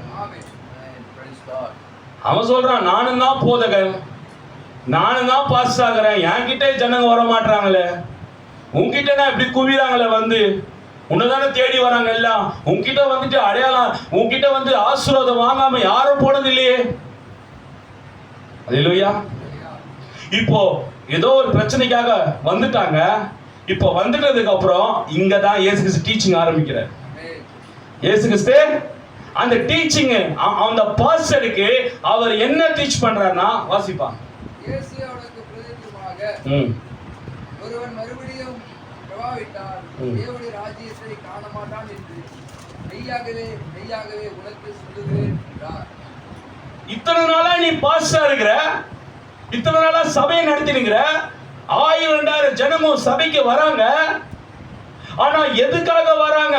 உன்னை எதுக்காக தேவன் இந்த சபையில இந்த பூமியில மேய்ப்பரா வச்சிருக்கிறாருன்னா, உன்னுடைய டீச்சிங் எப்படி இருக்கணும் தெரியுமா? ஏன் உன் வாழ்க்கையில அடையாள அற்புதங்கள் நடக்கல? ஏன் உன் சபையில வர ஜனங்கள் நோயோட சாவுறாங்க? நிக்கோதேமை பார்த்து ஆண்டவர் கேட்கிறார், ஏன் உன் சபையில வர ஜனங்கள் ஒரு பிரச்சனையோடவே வராங்க, பிரச்சனையோடவே போறாங்க? அப்போ உன்கிட்ட அந்த அடையாள அற்புதங்களை பார்த்துட்டு உள்ள வந்த பிறகு உன்னோட டீச்சிங் எப்படி இருக்கணும்னா, நீ மறுபடியும் பிறந்ததுல குறிச்சு நீ டீச் பண்ண வேண்டியதா இருக்கு. நீ எதை போதிக்கணும்? எனக்கு நான் செய்யற அடையாளங்கள் அற்புதங்கள் ஏன் நடக்குதுன்னா, நான் மறுபடியும் பிறந்த ஒருவனாக இருப்பதனால், நான் பரிசுத்தாவினால பிறந்தேன், அதனால ஆட்டோமேட்டிக்கா எனக்கு இந்த அடையாள அற்புதம் நடக்குது. நீ மாம்சத்தில் பிறந்த பிறப்புனால இது அடையாள அற்புதங்கள் உனக்கு நடக்கவே நடக்காது. அப்போ உன் சபைக்கு உன்னை ஒரு நல்ல மேய்ப்பனாக தேவன் ஜனங்க தெரிஞ்சுக்கணும்னா நீ என்ன பண்ணனா, நீ முதலாவது மறுபடியும் பிறக்க வேண்டியதா இருக்குது. என்ன சொல்ற ஆண்டவரே? நீ மறுபடியும் பிறப்பா போயிட்டு. இந்த மறுபடியும்ன்ற பிறத்தல் காலகாலமா பைபிள் டீச் பண்ற நிக்கோதேமுக்கு தெரியல, சபை ஸ்தாபனங்களுக்கு தெரியல. உண்மை இல்லையா? இப்போ இயேசு கிறிஸ்து ஒரு மனிதனை பூமியில மேய்ப்பனா வச்சிருக்கிறார்னா என்ன நோக்கத்துக்காக வச்சிருக்கிறார்னா, அந்த இயேசு கிறிஸ்து ஒருத்தர் இருக்கிறார்னு ஜனங்க பார்க்கணும். இயேசு கிறிஸ்து ஒருத்தர் மனிதனா பூமிக்கு வந்திருக்கிறாரு, உனக்குள்ள இருக்கிறார் என்பதை அடையாள அற்புதத்தினால நீ காட்டணுன்றதுக்காக தான் உன்னை தேவன் பூமியிலே மெய்ப்பனாக வைத்திருக்கிறார். அல்லேலூயா. ஆனா இவன் என்ன புரிஞ்சுக்கிறானா பாருங்க, ஒரு சபை ஸ்தாபனத்துல இருக்கிற ஒரு இயேசு கிறிஸ்துவ யாருன்னு தெரியாத சபை நடத்துறவங்களுக்கும் எங்க இருக்கிறாருன்னு தெரியாத சபை நடத்துறவங்களுடைய உபதேசங்கள் எப்படி இருக்குன்னா, இயேசுவே பாக்குறாரு, மறுபடியும் பிறப்பான்னு சொன்ன உடனே அவன் என்ன ஸ்டேட்மெண்ட் சொல்றான் பாருங்களேன். அதற்கு நிக்கதோமு, ஒரு மனுஷன் முதிர் வயதா இருக்கையில் எப்படி பிறப்பான்? அவன் தன் தாயின் கர்ப்பத்தில் இரண்டாந்தரம் பிரவேசித்து பிறக்கக்கூடுமோ என்றான். பாருங்க, இயேசு கிறிஸ்து சொல்ற பிறப்பு எப்படி இருக்குது, இவன் என்ன புரிஞ்சுக்கிறான். இன்னைக்கும் அநேக சபை ஸ்தாபனங்கள் மாம்ச பிரகாரமா தான் போதிச்சிருக்குது. சபை ஸ்தாபனம் என்ன போதிக்குது, நீ நல்லா இருப்பா, நீ கார் வாங்கிடுவ, வீடு கட்டிடுவ, உன் பிள்ளைக்கு குழந்தை வந்துடும், நீ கோடீஸ்வரன் ஆயிடுவ, உன் கடன்லாம் தீர்ந்துரும், உன் நாத்தனார், உன் ஓரவத்தி, உன் மச்சின, உன் பங்காளி உன் லேண்டெல்லாம் திருப்பி குத்துருவான், உன் நிலத்தெல்லாம் திருப்பி குத்துருவான், நீ கவலைப்படாத, உன் வயல்ல மலட்டை போடு, இப்ப கோதுமை போடு, கீரை போடு, கரும்பு விதை, எல்லாம் சரியாயிடும். இதுதான் இன்னைக்கு சபை மேய்ப்பர்கள் போதிச்சிருக்கிறாங்க. ஆனா ஒரு மெய்ப்பனத்தை எதை போதிக்கணும் தெரியுமா, நீ மறுபடியும் பிறப்பா. அவன் என்ன பாரு, எங்க அம்மா வயிற்றுல திரும்ப போக முடியுமா? எவ்வளவு ஒரு கேவலமான சிந்தை அவனுக்கு. ஒரு மெய்ப்பன் பேசக்கூடிய பேச்சாது, ஒரு பாஸ்டர் பேசுற பேச்சாது, நிக்கதோமு பேசுற பேச்சு. அல்லேலூயா. வாசிப்பா. அதற்கு நிக்கதோமு, ஒரு மனுஷன் முதிர் வயதா இருக்கையில் எப்படி பிறப்பான்? அவன் தன் தாயின் கர்ப்பத்தில் இரண்டாந்தரம் பிரவேசித்து பிறக்கக்கூடுமா என்றான். இப்படிதான் இன்னைக்கு அநேக சபைகள் இருக்குது. எப்படி? மாம்ச பிரகாரமான அட்வைஸ் பண்ணி ஒழுக்கமா இரு, உண்மையா இரு, உத்தமமா இரு, பொய் பேசாத, திருடாத, பைபிள் படி, ஜெபம் பண்ணு, சபைக்கு வா. இததான் இன்னைக்கு பைபிள் சபைகள் போதிச்சிருக்குது. தேவையே கிடையாது. இதெல்லாம் செகண்டரி தான். இதுக்கெல்லாம் முக்கியத்துவம் கொடுக்க கூடாது. எதுக்கு முக்கியத்துவம் கொடுக்கணும்? ஒரு நல்ல மெய்ப்பனா இருக்குன்னா எதுக்கு முக்கியத்துவம் கொடுக்கணும்? கரெக்டா சொன்னாரு. ஒரு மெய்ப்பனா இருந்தா மறுபடியும் பிறத்தலை குறிச்சு ஒருத்தன் பேசணும். எதை குறிச்சு? அந்த மறுபடியும் பிறந்தாதான் அவன் எங்க போவான்றது இயேசு சொல்றாரு பாருங்க. 5 வாசிப்பா. இயேசு பிரதியுத்தரமாக, ஒருவன் ஜலத்தினாலும் ஆவியினாலும் பிரவாகித்தால் தேவனுடைய ராஜ்யத்தில் பிரவேசிக்க மாட்டான் என்று மெய்யாகவே வாசி. மாம்சத்தினால் பிறப்பது மாம்சமாயிருக்கும், ஆவியினால் பிறப்பது ஆவியாயிருக்கும். நீங்கள் மறுபடியும் பிறக்க வேண்டும் என்று நான் உங்களுக்கு சொன்னதை குறித்து அதிசயப்பட வேண்டாம். காற்றானது தனக்கு இஷ்டமான இடத்திலே வீசுகிறது. பாரு, எப்பா நீ ஒரு சபைக்கு உன்னை தேவன் சபைக்கு கொண்டு வந்திருக்கிற நோக்கம், நீ மறுபடியும் பிறந்து நீ பரலோகத்துக்கு வரணுமா?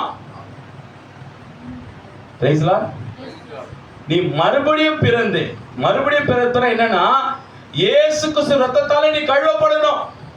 இயேசு கிறிஸ்து ரத்தத்தால நீ கழுவப்படணும். ஆமா, நான் தான் கழுவப்பட்டேனே, நான் தான் ஞானஸ்தானம் எடுத்துட்டேனே. எப்படி ஞானஸ்தானம் எடுத்த? நீ ஞானஸ்தானம் எடுக்கும் போது இயேசுன்ற வார்த்தை உன்னுடைய பாஸ்டர் பயன்படுத்தியிருப்பாரா? ஞானஸ்தானம் எடுக்கும் போது இயேசுன்ற வார்த்தையை உன் பாஸ்டர் பயன்படுத்தியிருப்பாரா? ஏன்னா வசனம் சொல்லுது, இயேசு கிறிஸ்துவின் ரத்தம் சகல பாவங்களை நீக்கி நம்மை சுத்திகரிக்கும். அப்போ உன் பாவத்தை மன்னிக்கக்கூடிய நபர் யாரு? இயேசு. உன் பாவ அழுக்கை நீக்கி போடுகிறவர் யாருக்கு உரிமை இருக்கு? இயேசுன்ற பேருக்கு தான் அந்த உரிமை இருக்குது.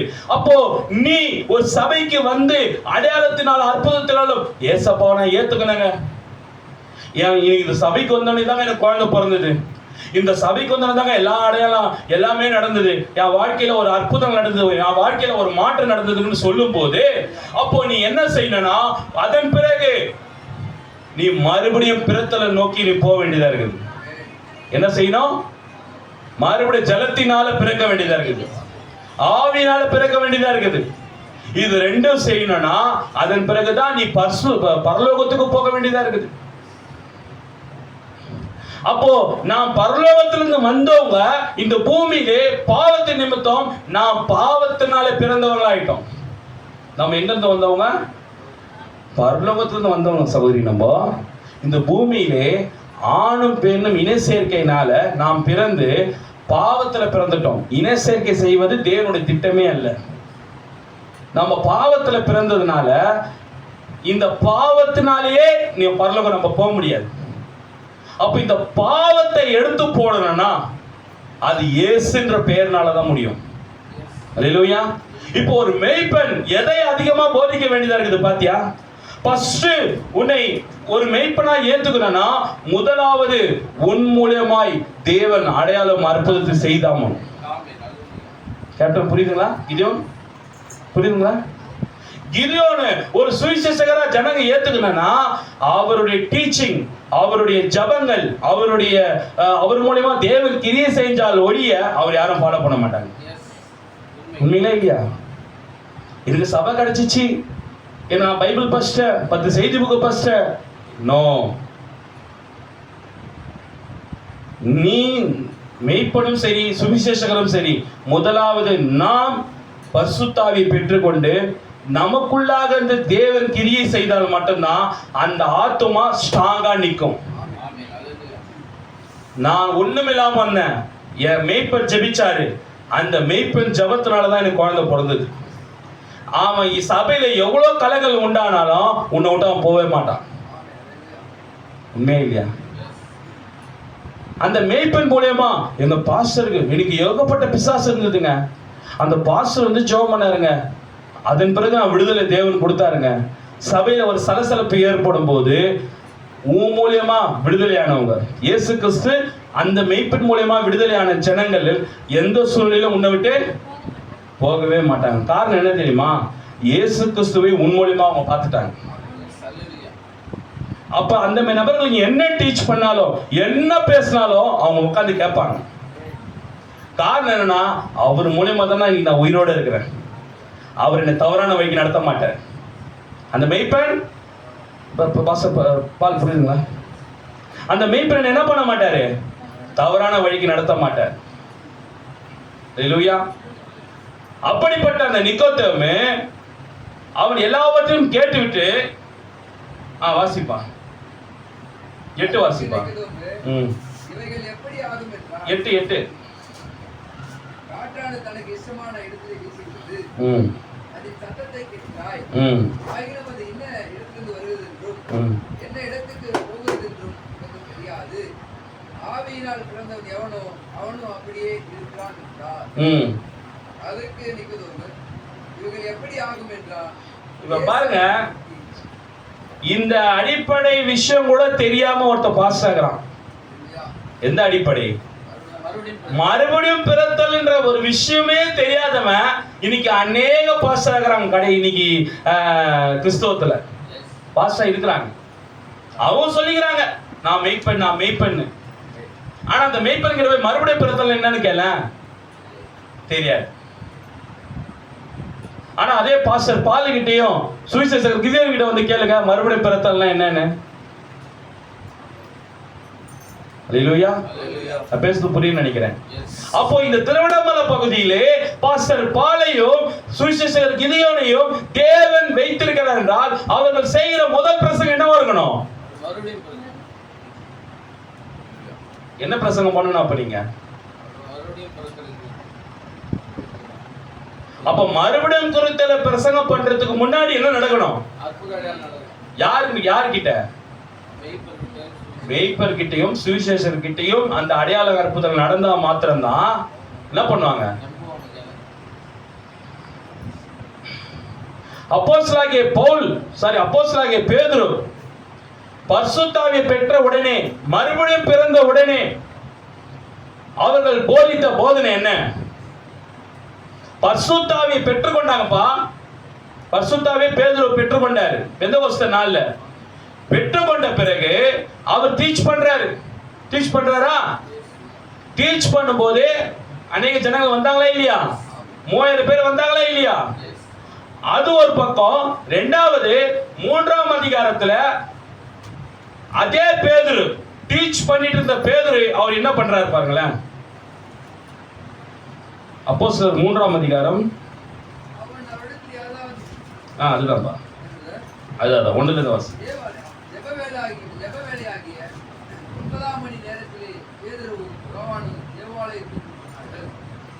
அப்போது தன் தாயின் வயிற்றிலிருந்து சப்பானியாய் பிறந்த ஒரு மனுஷனை சுமந்து கொண்டு வந்தார்கள். பாருங்க, பெந்தகோஸ்தரால பரிசுத்தாவியை பெற்ற அந்த பேதுரு அவர் என்ன பண்றாங்கன்னா ஃபர்ஸ்ட் டீச் பண்றாங்க. இந்த இயேசு கிறிஸ்து யாரும் டீச் பண்றாங்க? பரிசுத்தாவியை பெற்ற என்ன பண்றாங்க?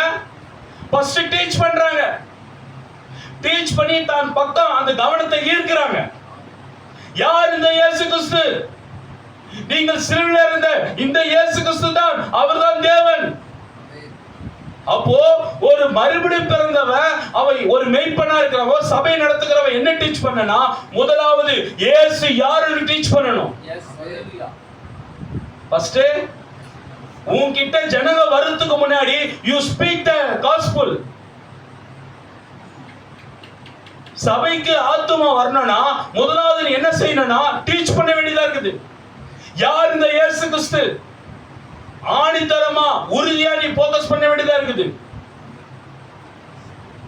அப்போ டீச் பண்ணிட்டே போயிட்டு இருக்காங்க.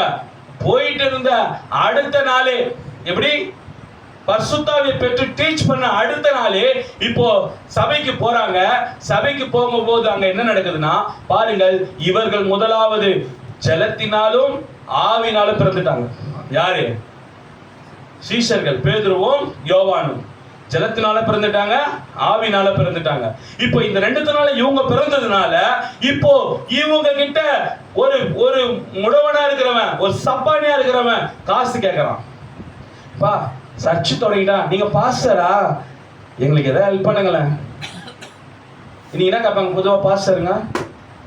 சாமியார்லாம் இருக்கிறாங்களே இன்னைக்கு சபைகள்ல, ஆசாரி, ஐயரு, விதவைகளுக்கு மாசமான காசு, புடவை, அரிசி, பருப்பு கொடுக்குறாங்களா இல்லையா? கொடுக்குறாங்களா இல்லையா? அப்ப சொல்லுப்பா. கொடுக்குறாங்களே. செத்தா கல்லறை, ஸ்கூல்ல குழந்தைகளை படிக்க வைக்கிறாங்க, ட்ரெஸ் எல்லாம் தராங்க, சாப்பாடு போடுறாங்க. இதே போலதான் அநேக சபைகளை இங்க இருக்கிற சுத்தி வட்டாரத்தில் இருக்கிற சபைகள் இதெல்லாம் ஹெல்ப் பண்றாங்க. ஆனா பாஸ்டர் பாலி கிட்ட வந்துட்டா இது நீ எதிர்பார்க்க முடியாது. பாஸ்டர் பாலி கிட்ட வந்தா இங்க எதிர்பார்க்க முடியாது.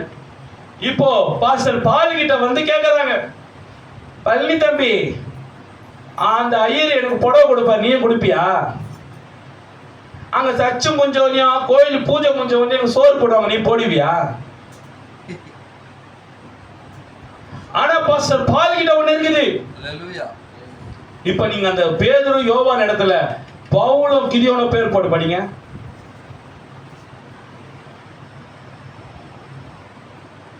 தேவாலயத்திலே பிரவேசிக்க போகிற இல்லப்பா ஒண்ணுல இருந்து வாசிப்பா. ஜெபவேளையாகிய 9ஆம் மணி நேரத்திலே பாலும் கிதியோனும் தேவாலயத்துக்கு போனார்கள். அப்போது தன் தாயின் வயிற்றிலிருந்து சப்பானியாய் பிறந்த ஒரு மனுஷனை சுமந்து கொண்டு வந்தார்கள். தேவாலயத்திலே பிரவேசிக்கிற இடத்தில் பிச்சை கேட்கும்படி நாடோறும் அவனை அலங்கார வாசல் எனப்பட்ட தேவாலய வாசல் அண்டையிலே வைப்பார்கள். தேவாலயத்திலே பிரவேசிக்க போகிற ஆளையும் கிதியோனையும் அவன் கண்டு பிச்சை கேட்டான். பாலும் கிதியோனும் அவனை உற்று பார்த்து எங்களை நோக்கி பார் என்றார். தம்பி, நான் வந்துட்டு அந்த சபையோட ஆசாரி கிடையாது, நான் அந்த சபையோட ஐயரு கிடையாது, நான் உனக்கு கல்றெல்லாம் கொடுக்க மாட்டேன். நான் உயிர்த்தெழுதல் செய்தியை பிரசங்கத்து பண்ண வந்திருக்கிறேன். நீ மற்ற சபையில இருக்கிற மாதிரி கல்லறை கொடுப்பாங்க, சந்தா காசு கட்டினதெல்லாம் என்கிட்ட கேட்காத. நான் கல்லறைக்கு அனுப்ப சபையை நடத்தல, கல்லறையில இருந்து வெளியே வரதுக்கு சபை நடத்துறேன். இங்க இருக்கிற சபைகள் கல்லறை கொடுக்கறதுக்கு கல்லறை சபை நடத்துறாங்க. கல்லறைக்கு போ, நீ கல்லறைக்கு வரியா, நான் உனக்கு கல்லறை கட்டி தரேன். ஏன்? அதுவே ஒரு கல்லறை, அந்த கோவில ஒரு கல்லறை, அங்க போறவங்க எல்லாருமே கல்லறைக்கு போறாங்க. ஆனா பாஸ்டர் பாலும் கிதியோனும் என்ன சொல்றாங்க? என் சபைக்கு வந்து கல்லறை கொடுக்க மாட்டேன். ஏன்? நீ கல்லறை போறது நோக்கம் இல்ல, நீ கல்லறையில இருந்து வெளியே வந்து பரலோகத்துக்கு போறதா என்னோட நோக்கம் அப்படின்ற. இப்போ ஏதாவது கிடைக்குமா? அந்த கோயிலுக்கு போனா சோறு கொடுக்குறாங்க, டிவிக்கு இது கொடுக்குறாங்க, அது கொடுக்குறாங்க, பிள்ளைங்களை படிக்க வைக்கிறாங்க, அந்த ஆசாரியரு அந்த ஐயரு எங்களை நல்லா பாத்துக்கிறாரு. ஆனா பாஸ்டர் பால் கிட்டயும் பாஸ்டர் சகோதரர் கிதியோன் கிட்டயும் சுவிசர் கிதியோன் கிட்ட அதே மாதிரி எதிர்பார்த்து இங்க வந்தீங்கன்னு வச்சுக்க, ஒண்ணும் கிடைக்காது. நீ தான் 5-10 காணிக்கையில போட்டு போனோம். ஆனா அவங்க கிட்ட ஒண்ணு இருக்குது. வாசிப்பா. தேவாலயத்திலே ம். பிரவேசிக்க போகிற அடுத்த 4 வாசிப்பா.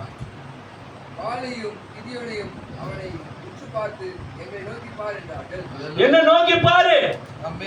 நீ சபையை நோக்கி பார்த்துருங்கிற. கோயில பார்த்து எவ்வளோ பெரிய கோயில்ரா, எத்தனை வருஷமா கட்ட கோயில்ரா, எவ்வளோ பெரிய சிலுவை பாடுறா, எவ்வளோ பெரிய கெபி பாடுறா. நோக்கி பாரு, இயேசு நோக்கி பாருங்கள், சிலுவையை நோக்கி பாருங்கள், அம்மாவை நோக்கி பாருங்கள்.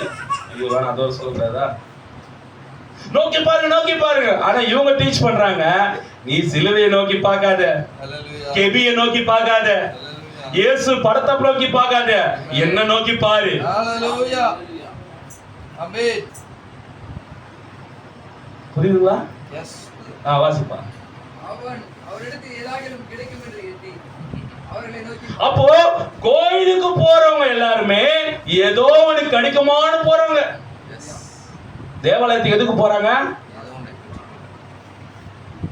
வெளியே இருக்கிறவன் கடவுள்கிட்ட அவன் பிச்சை கேட்பான். கடவுளுக்குள்ள கோயிலுக்குள்ள போறவன் கடவுள்கிட்ட இப்படி கேட்பான். வெளியே வந்தோடனே இவர் இப்படி கொடுப்பாரு. யாரு? உள்ள போகும்போது இவர் கேட்பாரு கடவுள்கிட்ட, வெளியே வந்தோடனே இவர் இப்படி கொடுப்பாரு. பிச்சைக்காரங்க கொடுக்குறாராம். ஆனா இவரே போய் பிச்சை எடுத்தாரு கடவுள்கிட்ட. உண்மையே இல்லையா? கோயிலுக்கு இவர் போய் பிச்சை எடுத்தாரு. எனக்கு 1 லட்சம் ரூபாய் வேணும், இவர் பிச்சை எடுக்கிறாரு. ஆனா வெளியே வந்து 1 ரூபாய் போடுறாரு. ஆனா பாஸ்டர் பாலும் சுவிசேஷம் கிதியோனை நோக்கி பார்க்கறாங்க. நோக்கி பார்த்துட்டு என்ன சொல்றாங்க பாருங்களேன். அப்பொழுது பேதுரு அப்பொழுது பால் வெள்ளியும் பொன்னும் என்னிடத்தில் இல்லை. எப்பா என்கிட்ட நீ இந்த சபைக்கு கடைசி சத்தத்தின் கூட உள்ள வரதுக்கு நீ காசு பணத்தை எதிர்பார்க்காத. நல்லா ட்ரெஸ் பண்ணிக்கிறாரு பாஸ்டர் பால் பழனி, நல்லா ஆடு மாடு வச்சுக்கிறாரு, நல்லா சர்ச்சு கட்டிக்கிறாரு, சென்னையில போய் வேலை செஞ்சுட்டு வராரு. ஒரு 1000 ரூபாய் எதிர்பார்க்கலாமா அவர்கிட்ட?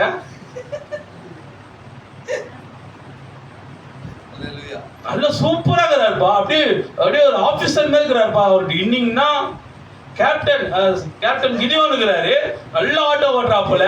ஓசியில கூப்பிடலாமா? ஓசியில கூப்பிட்டு அவர் வேலை வாங்கலாமா? பிரதர் பிரைஸ் லார்ட் சோதரம் ஐயா, என்ன முனையில விட்டுருங்க ஐயா, தேங்க்ஸ் ஐயா, கர்த்தர் தான் உங்களை அனுப்பிச்சாரு, துட்டு கொடுக்காம போகுது. புரியுதுங்களா? இப்போ இந்த மருத்துவம்பாடி கிராமத்துல இந்த கடைசத்தின் கூடாரம் உனக்கு மாம்ச உதவி செய்யறதுக்காக இல்ல. மாம்ச உதவி வேணும்னா போ, இருக்கிறாரு போங்க. அநேக கோயிலுக்கு போ, தப்பு கிடையாது. ஆனால் உன்னோட பரலோகத்துக்கு கொண்டு போற வேலை இந்த சபையில மாத்திரம் தான் இருக்குது. வாசிப்பா. அப்பொழுது பவுல், வெள்ளியும் பொன்னும் என்னிடத்தில் இல்லை, என்னிடத்தில் உள்ளதை உனக்கு தருகிறேன்.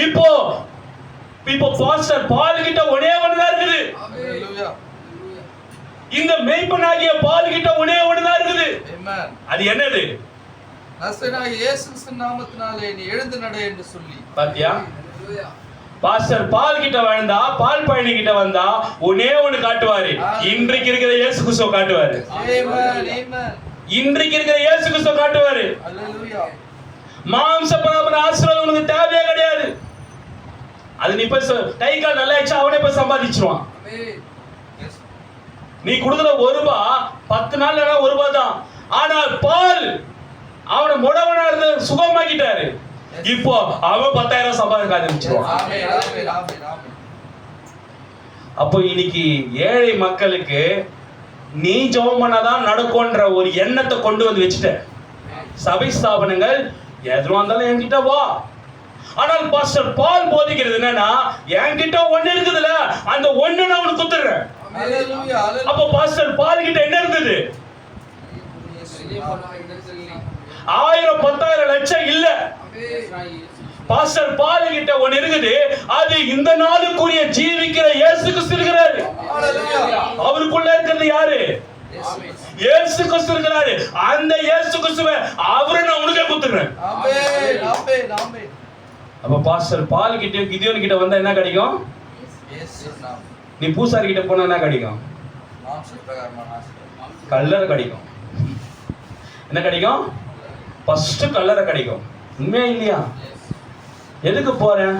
என் பிள்ளைங்களே கை விட்டாங்க, என் மருமகனை கைவிட்டான். யார் தான் என்ன செத்தா யார் எடுப்பா?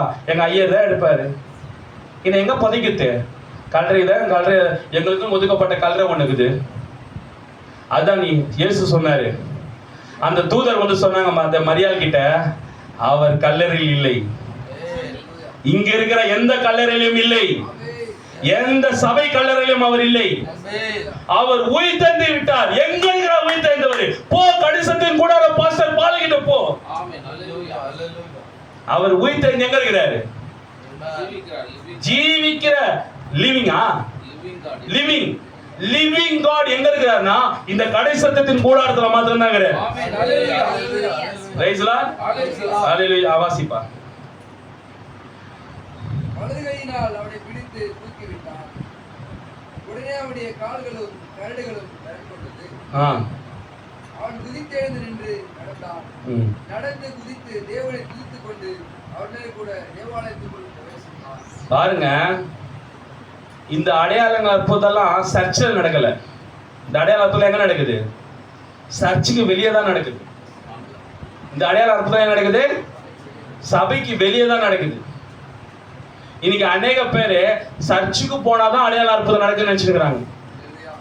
சர்ச்சுக்குள்ளதான் எல்லாம் நடக்குதுன்னு கிடையவே கிடையாது.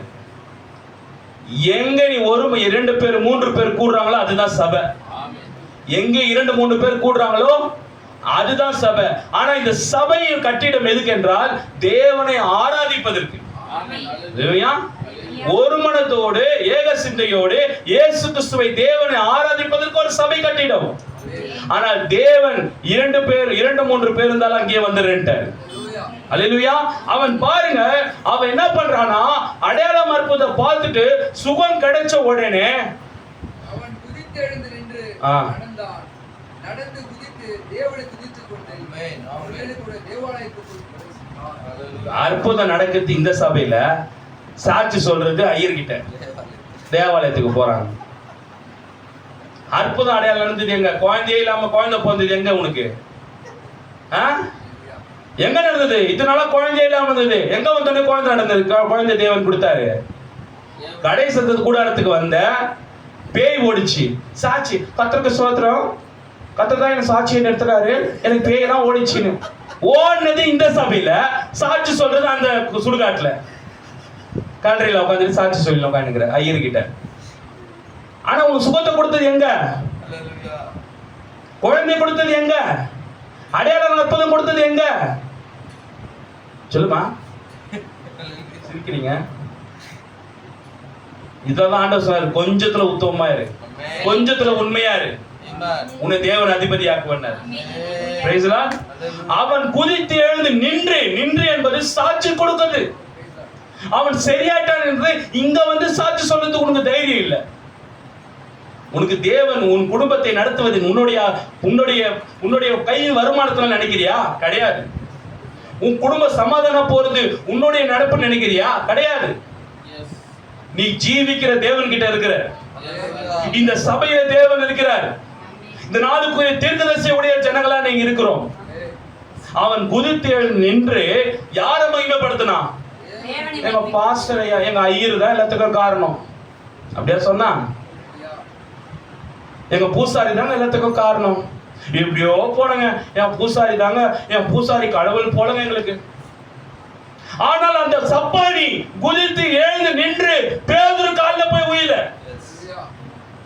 யோவான் கால்ல போய் உயில. நீ ஆராதிக்கிற தேவன் நான் ஆராதிக்கிற, வா போலான்னு வந்துட்டாங்க. Price the Lord. அதான் நடந்தது. கடைசி அந்த 2 வாசிப்பாங்க. அவர்களே கூட தேவாலயத்துக்குள் பிரவேசித்தான். அவன் குதித்து எழுந்து நடந்தான். நடந்து குதித்து தேவனை துதித்துக் கொண்டு அவர்களுடனே கூட தேவாலயத்துக்குள் பிரவேசித்தான். ஏன் 3 பேர் சேர்ந்து தேவாலயத்துக்கு போனாங்க? ஏய், உன்னை தூக்குறது என் கான்செப்ட் இல்லடா. உள்ள அநேக பேர் முடவனா இருக்கிறாங்க, அவனை தூக்குறது தானே என் வேலை. அதுக்கு அவனுக்கு ஒரு சாட்சி தேவை. உன் சர்ச்சு வாசல்ல இருக்கிறவனே நான் முதல்ல தூக்குறேன். உன் சர்ச்சுக்கு வந்து சுகம் கிடைக்காத ஒருத்தர் இருப்பாங்க, உன் தேவாலயத்துக்கு வந்து சுகம் கிடைப்பாங்க, அவனை ஃபர்ஸ்ட் நான் தூக்குறேன்டா. அவனை தூக்கிட்டு நாங்க 3 பேரை சேர்ந்து வந்து உள்ள இருக்கிறோம், மத்தவங்க தூக்குறோம். அல்லேலூயா. ஏன் சர்ச்சுக்கு போனாங்க இவங்க? எதுக்கு சர்ச்சுக்கு போனாங்க? வெறுப்பேற்றத்துக்கு. ஹே பூசாரி, நீ மந்திரம் ஓதெல்லாம் ஒன்றும் பண்ண முடியாது, உன் மந்திரம் எல்லாம் போயிடுச்சு. இங்க பா நிக்கிறான் பாரு. யோ எப்படியா நின்னா அதான் மேட்ரு. எத்தனை நாளைக்கு ஊரே ஏமாத்து நிப்ப? அப்போ முதலாவது பவுலும் பேதுருவும் யோவானும் அவங்க கிட்ட தேவன் இருந்ததுனாலதான் அங்க சப்பானி நின்னான். இவங்க மறுபடியும் பிறந்து பரிசுத்தாவி இவங்க பெற்றதுனாலதான் அவனுக்கு ஒரு blessing கிடைச்சது. அப்ப இந்த மருத்துவம்பாடி கிராமத்துல அநேக சப்பானிகள் எழுந்து நிக்கிறானா, அப்போ முதலாவது யார் நிக்க வேண்டியதா இருக்குது? பாஸ்டர் பாலும் கிதியோனும் இவங்க நிக்க வேண்டியதா இருக்குது. இவர்கள் மறுபடியும் பிறக்க வேண்டியதா இருக்குது. இவர்கள் முதலாவது பரிசுத்தாவை பெற வேண்டியதா இருக்குது. இவர்கள் முதலாவது தேவனுடைய அழைப்பை உறுதிப்படுத்த வேண்டியதா இருக்குது. அல்லேலூயா. ஒரு சாட்சி வந்துட்டா போதும் பிரதர். உங்க வாழ்க்கையில ஒரு சாட்சி வந்தா போதும், அவனை வச்சு ஃபுல்லா கலக்கலாம். அப்புறம் எதுக்கு அவனை கொண்டு போனாங்க? இயேசு கிறிஸ்து காலத்துல ஒரு குஷ்டரோகி தேவன் ஒரு கண்ணில்லாதவனுக்கு கண்ணு குத்துட்டாரு. அவன் பல பேர் ரட்சிப்புல வழி நடத்துறான். உண்மையா இல்லையா? ஒரு பெரும்பாலுள்ள சரி அநேக உதிரப்போக்கு இருக்கிற பெண்களுக்கு ஒரு வழிகாட்டியா இருந்தாங்க. ஆனா நீ ஒரு ஆத்மா சாதாரணமா நினைக்காத. பல ஆண்டுகள் பல நாட்கள் கழிச்சு நானும் சகோதரர் பாஸ்டர் எழிலும் பல 3 வருஷமா பேசின குமரேசனாலதான் இன்னைக்கு பல ஆத்மாக்கள் ரட்சிக்கப்பட்டுச்சு. அந்த குமரேசன் ஒருத்தர் இல்லைன்னு வச்சுக்க, நானும் எழிலும் பேதுருவும் யோவானும் போல அந்த குமரேசனுக்கு 3 வருஷம் சத்தியத்தை சொன்னோம். அவர் மூலமா பல்லாவர போய் ரட்சிக்கப்பட்டுச்சு. புரியுதுங்களா? அதனால ஒரு ஆத்மா கூட சாதாரணமா நினைக்க கூடாது. ஒரு ஆத்மா கூட தான் திரும்ப சொல்றாரு, ஒரு ஆத்மா 10,000 உலகத்தை உண்டாக்குறதுக்கு தேவன் எவ்வளவு எவ்வளவு வேல்யூவோ அந்த வேல்யூ ஒரு ஆத்மா. ஒரு ஏக்கர் தானே, ஒரு ஏக்கரே இங்க 1 லட்சம். கரெக்டா? 1 லட்சமா? ஒரு ஏக்கரு ஒரு சென்ட் 1 லட்சம். அப்போ 10,000 உலகத்துக்கு என்ன மதிப்பு சொல்ல முடியுமா? அந்த ஒரு சென்டே 1 லட்சம்னா மருத்துவம்பாடி கிராமம் வாங்குறதுக்கு யாரால முடியும்னா அம்பானியால மட்டும் தான் முடியும். கரெக்டா? மருத்துவம்பாடி கிராமத்தை வாங்குறதுக்கு திருவண்ணாமலை மாவட்டத்தை வாங்குறதுக்கு யாரால முடியும்? ஒரு 10 அம்பானியை சேர்த்து உலக நாடுகள்லாம் சேர்த்தா திருவண்ணாமலை வாங்கிடலாம். இந்த பூமியை வாங்கணும்னா யார் தேவை? அப்போ உலகத்துல இந்த கண்டங்கள் நட்சத்திரங்கள், அப்போ இதெல்லாம் வாங்குறதுக்கு பணம் வச்சு வாங்க முடியாது. அப்போ ஒரு உலகத்தையே வாங்க முடியலன்னா 10,000 உலகத்துக்கு சமமானவன் ஒரு ஆத்துமா. அப்போ இங்க நின்று கொண்டு சபை நடத்துகிற பாஸ்டர் பாலும் கிதியோனும் எவ்வளவு வேல்யூபிள் பர்சனை போய் சந்திக்கிறாங்க. அப்படிப்பட்ட வேல்யூபிள் பர்சனை சந்திக்கும் போது நீங்க எவ்வளவு மெனக்கட வேண்டியதா இருக்கு தெரியுமா? இல்லையா? ஏதோ சபையை கொடுத்துட்டாங்க, பாஸ்டர் ஆர்டினேஷன் பண்ணிட்டாங்க, கிடையாது. இயேசு கிறிஸ்து முடிச்சிடறேன். இயேசு கிறிஸ்து அவர் மேய்ப்பனா இருந்ததுனால பாருங்க, ஒரு மந்தையிலே செம்மறி ஆடுகள் இருந்தாலும் வழி நடத்துவதற்கு ஒரு வெள்ளாடு தேவை. சபைக்கு ஒரு வெள்ளாடு வேணும். அந்த வெள்ளாடு அது என்ன பண்ணுமா? கூட்டிகிட்டே போகுமா. செம்மறி ஆடு கூட்டிகிட்டே போகுமா. எங்க கூட்டிட்டு போகுமா? கசாப்பு கடைக்கு கூட்டிட்டு போகுமா. கசாப்பு கடைக்கு கூட்டிட்டு போயிட்டு கிட்ட வந்து வெள்ளாடு என்ன பண்ணுமா? எகிரி குச்சி வெளியே போயிடும். இவங்க எல்லாம் மாட்டிப்பாங்க. அதுதான் இயேசு கிறிஸ்து சொன்னாரு, இங்க நிக்கிறவர்கள் நல்ல மெய்ப்பனா இருக்க முடியாது. இங்க நிக்கிறவங்க நல்ல மெய்ப்பனா இருக்க முடியாது. அந்த நல்ல மெய்ப்பன் இங்க நிக்கிற மெய்ப்பனுக்குள்ள இருந்தா அவன் நல்ல மெய்ப்பனா இருப்பார். யாரு? நல்ல மெய்ப்பன் இயேசு கிறிஸ்து. அதான் சொல்றாரு, ஆடுகளை மெய்ப்பனை வெட்டுவேன், ஆடுகள் சிதறும். இயேசு கிறிஸ்து கெத்செமனே தோட்டத்துல ரொம்ப வருத்தப்பட்டது எதுக்காக தெரியுமா? பரிசுத்த ஆவி அவர் விட்டு போயிடுச்சு. யாரை விட்டு? கெத்செமனே தோட்டத்துல தேவனுடைய ஆவி அவர் விட்டு போயிட்டார். ஏன்? தேவனுடைய ஆவி இருந்ததுன்னா அவர் பார்த்தாருன்னா செத்துட்டு இருப்பாங்க. தேவன் அவருக்குள்ள பரிசுத்த ஆவியானவர் இருக்கும் வரைக்கும் அவர் யாரும் தொடக்கூட முடியாது, சீன்னு சொல்ல முடியாது. ஏன்னா அநேக நேரத்துல கல் எடுக்கும் போது மறைஞ்சு போயிட்டு அவர் கெத்செமனே தோட்டத்துல பரிசுத்த ஆவியை பெற்று 40 நாள் எப்படி போயிட்டு தேவனும் அவரும் உரையாடுதல் இருந்ததோ, நான் ஊழியத்தை ஆரம்பிக்க போறேன், எல்லா நேரத்திலயும் கூட இருங்க ஆண்டவரே, பிதாவாகிய தேவனிடத்தில் எப்படி 40 நாள் பாஸ்டிங் போட்டு இயேசு கிறிஸ்து வேண்டாரு. அவருக்குள்ள வந்ததுக்கு நன்றி சொல்லி வேண்டாரு. கெத்செமனே தோட்டத்துல அவரை விட்டு போயிட்டாரு. யாரை விட்டு? இயேசு கிறிஸ்துவை விட்டு அவர் தேவத்துவம் போயிடுச்சு. தேவனோட ஆவி போயிடுச்சு. அவர் அடிக்க போறாங்க, கொட்ட போறாங்க, நசுக்க போறாங்க, கிழிக்க போறாங்க, அவமானப்படுத்த போறாங்க, நிர்வாணமாக்க போறாங்க. இது தெரிஞ்ச உடனே தேவனோட ஆவி போன உடனே இப்ப மன கஷ்டத்தை அழுகுறாரு. எதுக்காக அழுதாரு தெரியுமா? யாராவது சொல்ல பார்க்கலாம். அவரோட வந்த நோக்கமே அடிபட்டு உதப்பட்டு சாவணும் தானே வந்தாரு. ஏன் கெத்செமனே தோட்டத்துல போய் அழுதாரு அவரு? சொல்லுங்க. பிதாவிடத்துல ஒப்பு கொடுத்துட்டாரு, ஆவியும் போயிடுச்சு. இயேசு கிறிஸ்து ஏன் அழுதாரு? ஆவி போனதுனால அழுதாரா? கொஞ்சம் வந்துட்டாரு. ஆண்டவரே, உன்னோட திட்டம் நிறைவேறதுக்காக இந்த பூமியில என்ன வச்சிங்க. அந்த திட்டம் ஓகே, நான் ஆல்மோஸ்ட் முடிச்சிட்டேன். ஆனா என்ன நம்பி இந்த 11 பேர் வந்தானுங்களே, அவனுக்கு நிலைமை என்ன? இயேசு அழுதல் ஒரே நோக்கம் அதுதான். ஒரு மெய்ப்பன் எதுக்காக அழுவான் தெரியுமா? தன் ஆடுகளுக்காக தான் உண்மையா அழுவணும். நீ எல்லா மெய்ப்பனுங்க என் டைம்ல அழ வச்சு பாக்குறானுங்க. எல்லா மெய்ப்பனுங்களும் ஆடுகளை அழ வச்சுதான் பாக்குறானுங்க. ஒரு மெய்ப்பனும் அழுவுறது கிடையாது. என்ன சேர்த்தான் சொல்றாங்க. ஏன் நீங்க அவங்க வந்து அப்படி சொல்லுவீங்க? அதனாலதாங்க அவர் நல்ல மெய்ப்பன்னு சொல்ற இயேசு கிறிஸ்து. ஆடுகளுக்காக அழுத ஒரே மெய்ப்பன் இயேசு கிறிஸ்து மாத்திரம்தான். அழ வச்சு பாக்குற இயேசு கிறிஸ்து கிடையாது.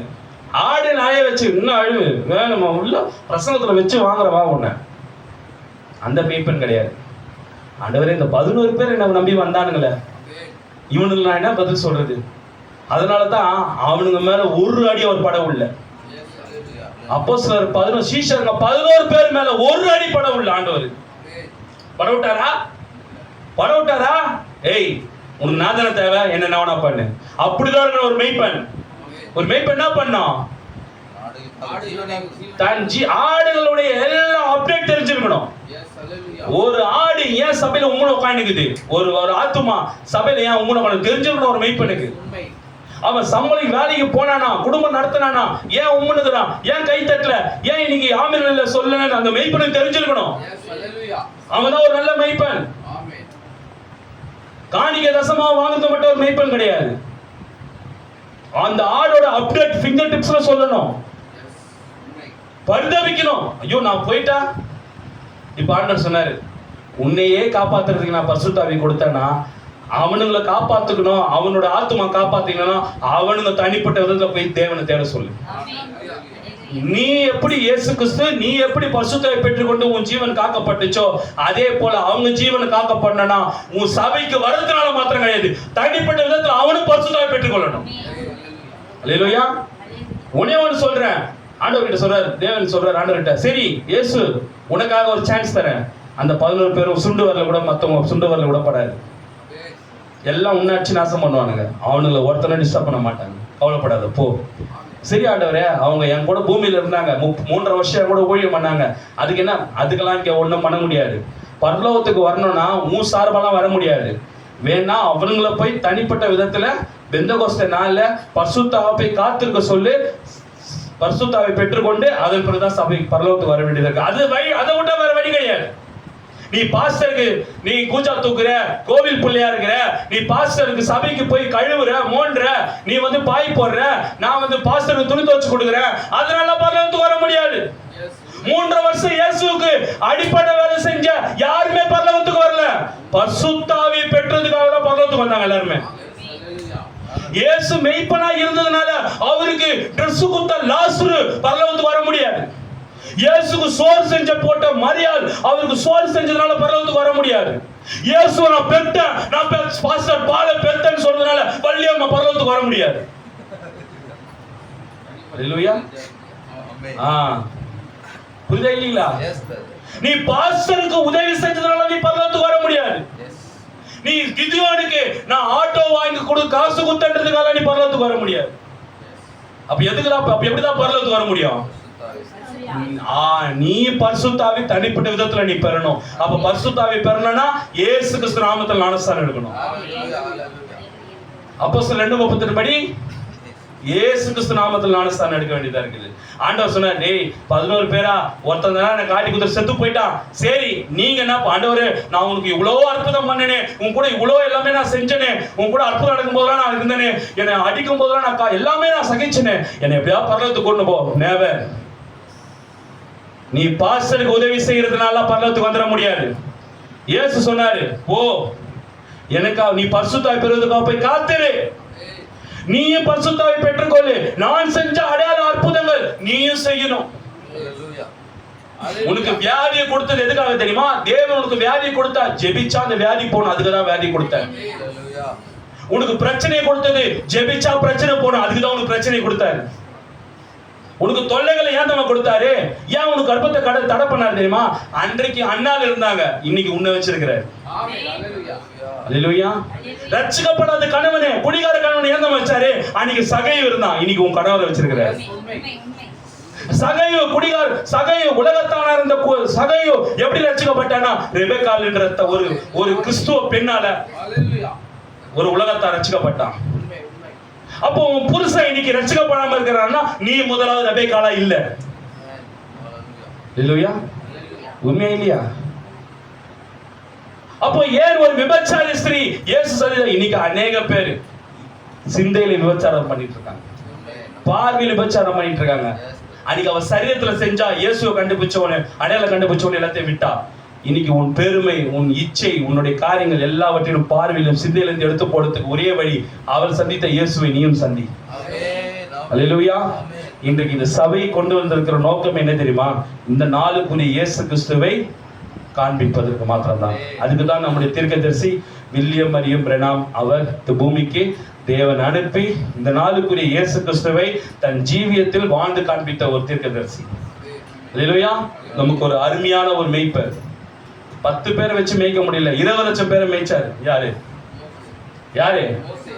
மோசே என்கிற ஒரு மேய்ப்பன். எல்லாரும் மோசே தீர்க்கதரிசின்னுவாங்க. அருமையான ஒரு மேய்ப்பன். ஏன் தெரியுமா? 20 லட்சம் பேரை மேய்ச்சாரு. உண்மைங்களா இல்லையா? அந்த மேய்ப்பனோட வழிநடத்தல் இல்லாம தான் எல்லாரும் செத்து போனாங்க. அந்த மேய்ப்பனோட வழிநடத்தல் நின்னவங்க தான் கானானுக்கு போனாங்க. இயேசு கூட இருந்த அநேக பேர், 5000 பேர் கிட்ட, இயேசு 10,000 பேர் இருந்தாங்க. ஆனா அவருடைய வழிநடத்தல் பிடிக்காம தான் எல்லாரும் செத்து போய் கடைசியா 11 பேர் இருந்தாங்க. எல்லாரும் உள்ள வரலாம், ஆனா எப்போ நீ இயேசு கிறிஸ்துவை பத்தி போதனை பண்ண ஆரம்பிக்கிறியோ எல்லாம் ஃபில்டர் ஆவாங்க. அதை பத்தி கவலையே படாது. எது ஒட்டுமோ அதுதான் ஒட்டும். சரிங்களா? உங்களுடைய கான்செப்ட் என்னன்னா, மறுபடியும் பிறத்தலை குறிச்சு போயிட்டே இருங்க. இந்த நாளுக்கு ஒரு சத்தியத்தை எடுத்துக்கொண்டு போயிட்டே இருங்க. யாரு வராங்க இல்ல கான்செப்டே கிடையாது. உன்னால எந்த ஆத்மா உள்ள கொண்டு வர முடியாது, உன்னால எந்த ஆத்மா வெளியே அனுப்ப முடியாது. ஏன்? காரணம் என்ன? என்ன காரணம்? எல்லாத்தையும் வச்சிருக்காரு. தொடக்கமும் அவரே, முடிவும் அவரே. உன்னை கொண்டு என்ன செய்யணுமோ அவர் கரெக்டா செஞ்சுட்டே இருப்பார். இந்த சபை வளர்ச்சி அடையணும்னா அது பாஸ்டர் பாலுகிட்டையும் சுவிசேஷகர் கிதியோன் கிட்ட மாத்திரம் தான் இருக்குது. சபை விசுவாசிகளாக உங்ககிட்ட இருக்கிற அந்த பொறுப்பு. நீங்கள் உங்க ஜீவியத்தில் இயேசு கிறிஸ்துவை காண்பித்தால் ஒழிய இந்த சபைக்கு ஆத்துமாக்கள் அதிகமா பெற்றுக்கொள்ள முடியாது. கர்த்தர் தாமே உங்களை ஆசீர்வதிப்பாராக. மீதான நேரத்தில் நம்முடைய மேய்ப்பர் பால் இடத்துல ஒப்புக் கொடுப்போம். God bless you brother, God bless you sister.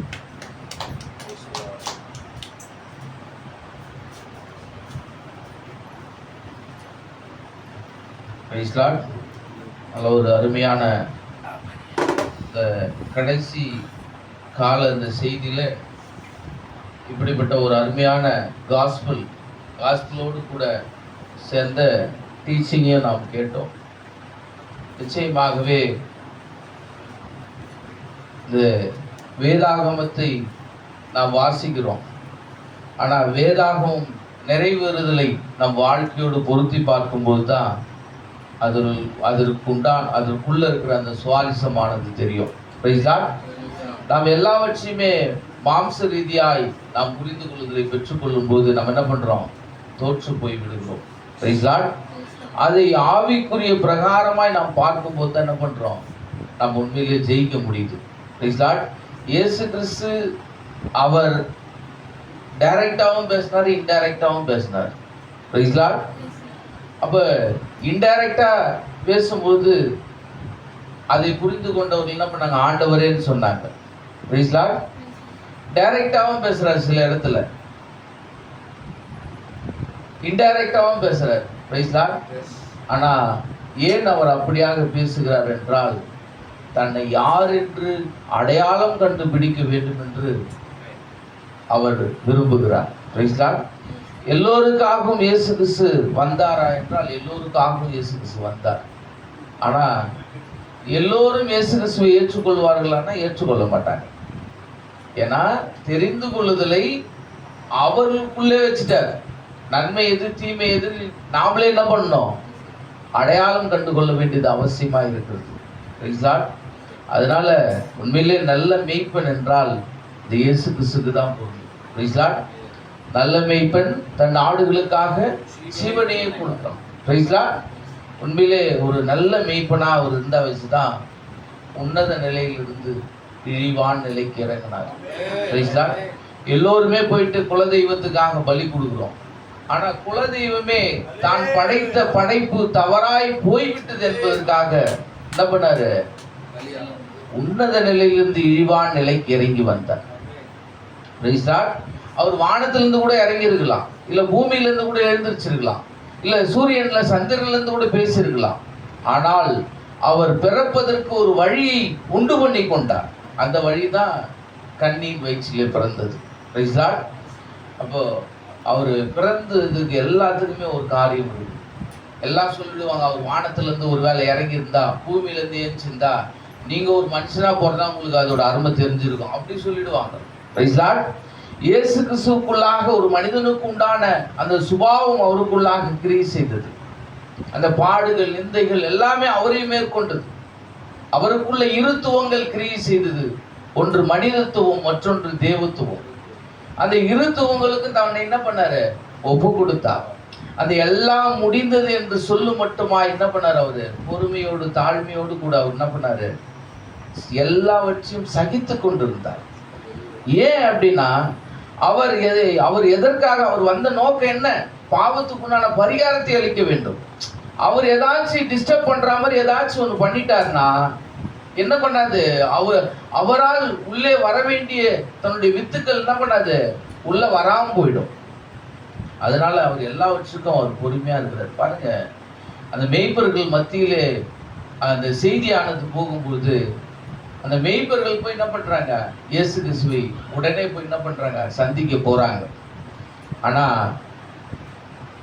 இன்றைக்கு நாம ஒரு கிராமத்துல ஒரு கூடாரத்துல இருக்கிறோம், வசதி படைச்சவங்க கிட்ட போயிட்டு நீ இயேசு கிறிஸ்துவை குறித்தோ அல்லது அவருடைய பிறப்பை குறித்தோ இல்ல அற்புத அடையாளத்தையோ குறித்து நம்ம பேசணும்னா, ஓ அப்படியா, அப்படிலாம் நடக்குமா அப்படி கேட்பாங்க. Praise God. ஏன் அப்படின்னா அவர்களுக்கு உண்டான அந்த ஆசீர்வாதத்தினால், இம்மைக்குரிய காரியத்தினால் என்ன பண்றாங்க, அந்த மறுமைக்குரிய தேவனை என்ன பண்றாங்க, காண தவறிடுறாங்க. Praise God. அருமையா சொன்னாரு, சபை ஸ்தாபனங்கள் எல்லாம் இம்மைக்குரிய காரியத்தை குறித்து பேசிக் கொண்டிருக்கிறது. இந்த உதவி, இந்த படிப்பு, அதே மாதிரி தேவைகள் எல்லாமே இந்த பூமியில வாழறதுக்கு உண்டான காரியம். Praise God. இந்த பூமியில வாழ்வதற்கு மாத்திரம் கிடையாது. நீ இந்த வெளியேற பெற்ற இந்த வார்த்தை கீழே வரும் பொழுது இந்த பாவத்துக்குண்டான பரிகாரத்தை அவர் இந்த பூமியிலே வாழ்வதற்கு மாத்திரமல்ல, மறுமையிலே கொண்டு போவதற்கு என்ன பண்ணாரு, வெளியேற பெற்ற பாவத்திற்கு உண்டான பரிகாரத்தை தந்தார். பாருங்க, இந்த பூமியில வாழறதுக்கு நமக்கு என்ன தேவையோ அதையும் கொடுக்குறாரு. சேம் டைம்ல நம்ம மறுமைக்கு போறதுக்கு உண்டான காரியத்தையும் அவர் கொடுக்குறாரு. இந்த பூமியிலே ஒரு மனிதன் மரிப்பதற்கு முன்பாக என்ன பண்ணணும், பாவத்துக்கு உண்டான பரிகாரத்தை பெறணும். இந்த பரிகாரத்தை ஏறெடுப்பதற்கு முன்பாக நாம் மறுபடியும் பிறக்கணும். Praise God. மறுபடியும் பிறத்தல் அவசியமாய் இருக்கிறது. இஸ்ரவேலின் போதகனார்னு நிக்கோதேமுக்கு என்ன பண்ணல, மறுபடியும் பிறத்தலை குறித்து தெரியல. இன்னைக்கு ஜனங்களுக்கு என்ன கேள்வினா, அவங்க என்னடா சின்ன பசங்க ஏதோ கத்தின்னு எடுக்கிறாங்க அப்படின்னு நினைக்கிறாங்க. Praise God. சிறு பிள்ளைகள் இடத்திலே தேவன் என்ன பண்றாரு, பேசுகிற தேவனா இருக்கிறார். நமக்கு முன்னாடி நம்ம பிள்ளைங்களோ இல்ல சின்ன குழந்தை மூலியமா கூட தேவன் ஒரு விஷயத்தை சொல்ல வேண்டியதா இருக்கும். Praise God. அதனால யார் எண்ணத்தை குறித்து பேசினாலும் அதை நாம் வார்த்தையோடு கூட ஒப்பிட்டு ஆவிக்குரிய பிரகாரமாய் வேதத்திலே என்ன சொல்லப்படுகிறது என்று அதை நாம் ஒப்பிட்டு பார்க்கும்போது தான் தேவன் அந்த புரிந்து கொள்ளுதலை தருவார். அந்த புரிந்து கொள்ளுதலை தருவது எந்த ஒரு மனிதனும் அல்ல, அது தேவனே.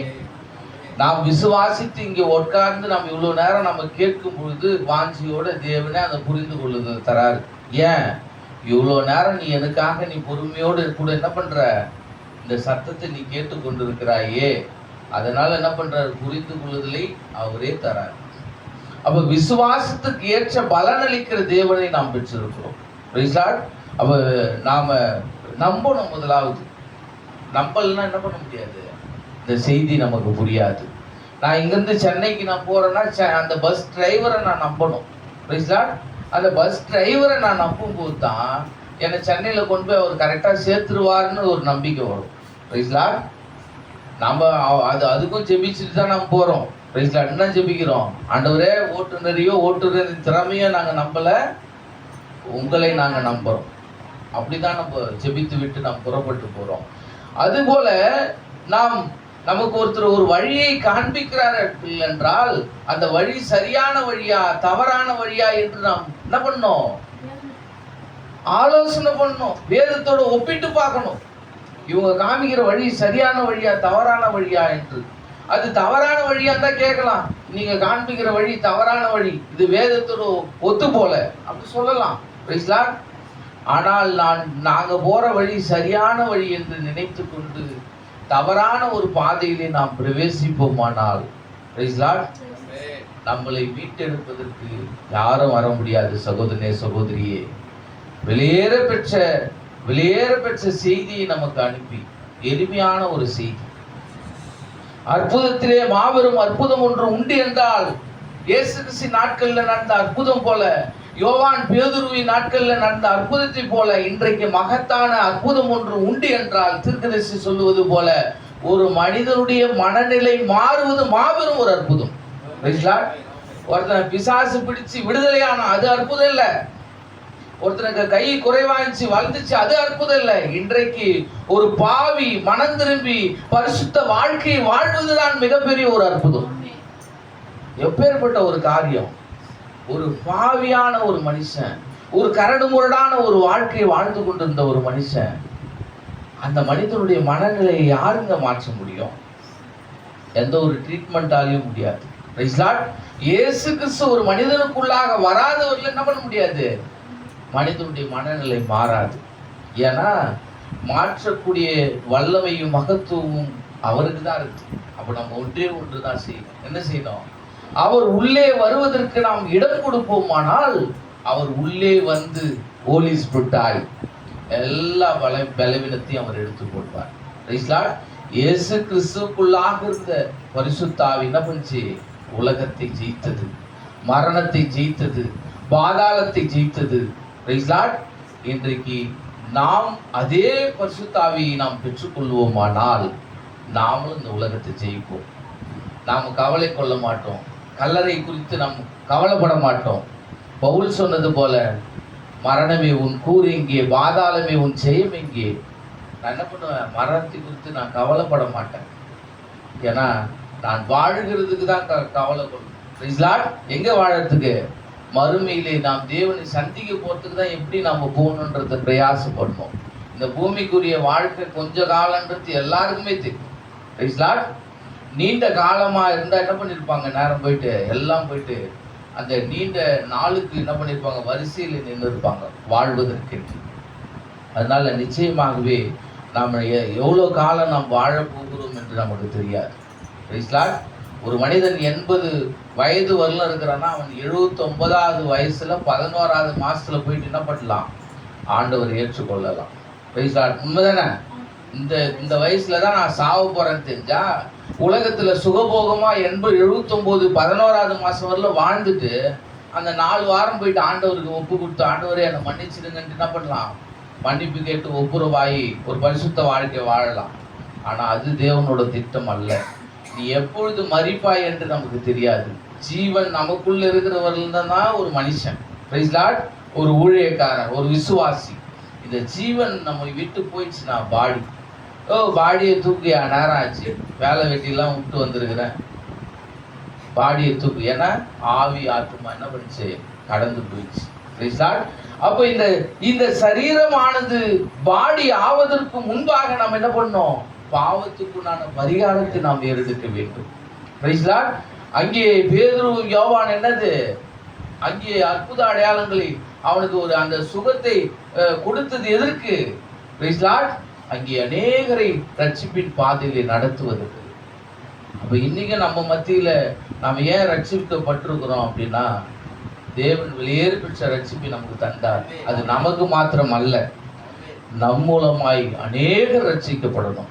அப்ப இன்றைக்கு ஜீவிக்கிற கிறிஸ்து எங்கே இருக்கிறார் என்றால், இன்றைக்கு ஜீவிக்கிற கிறிஸ்து இந்த கடைசி சத்தத்தின் கூடாரத்துக்குள்ளாக இருக்கிறார்கள் என்று அநேகர் காண வேண்டும்.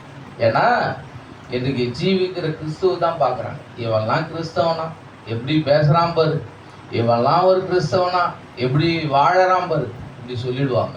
Praise Lord. இன்றைக்கு கிறிஸ்துவுக்கு உண்டான ஜீவியத்தை நாம் ஜீவிக்க வேண்டும் என்றால் கிறிஸ்து நமக்குள்ளாக வர வேண்டும். கிறிஸ்து நமக்குள்ளாக வராதபடி நாம் கிறிஸ்துவ ஜீவியத்தை ஜீவிக்கவே முடியாது. அற்புத அடையாளமும் நடக்காது நம்ம வாழ்க்கையில, மறுபடியும் பிறக்கவும் முடியாது, ரட்சிக்கப்படவும் முடியாது.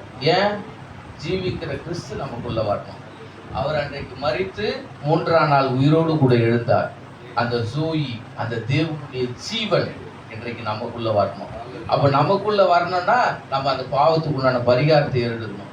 பரிகாரத்தை ஏறெடுக்கணும்னா அப்போஸ்தலர் 2:38 பிரகாரம் ஒவ்வொருவரும் மனம் திரும்பி பாவம் மன்னிப்புக்கென்று இயேசு கிறிஸ்து நாமத்தினாலே ஞானஸ்தானத்தை பெற்றுக்கொள்ளும் போது அப்பொழுது பரிசுத்த ஆவியின் வரத்தை பெறுவோம். நம் கண்கள் திறக்கப்படும். Praise Lord. நம் செவிகள் என்ன பண்ணும்? அப்பதான் இந்த செவிகள் திறக்கப்பட்டு, ஓ இவ்வளோ நாள் நான் ஏதோ ஒரு வாழ்க்கையை வாழ்ந்தன்றது தெரியும். Praise Lord. அதனால அருமையான ஒரு உண்மையிலே ரொம்ப ஆச்சரியப்படத்தக்கதாக தேவனே பேசினார், சகோதரன் பேசல. அப்படிதான் நான் பார்த்தேன்.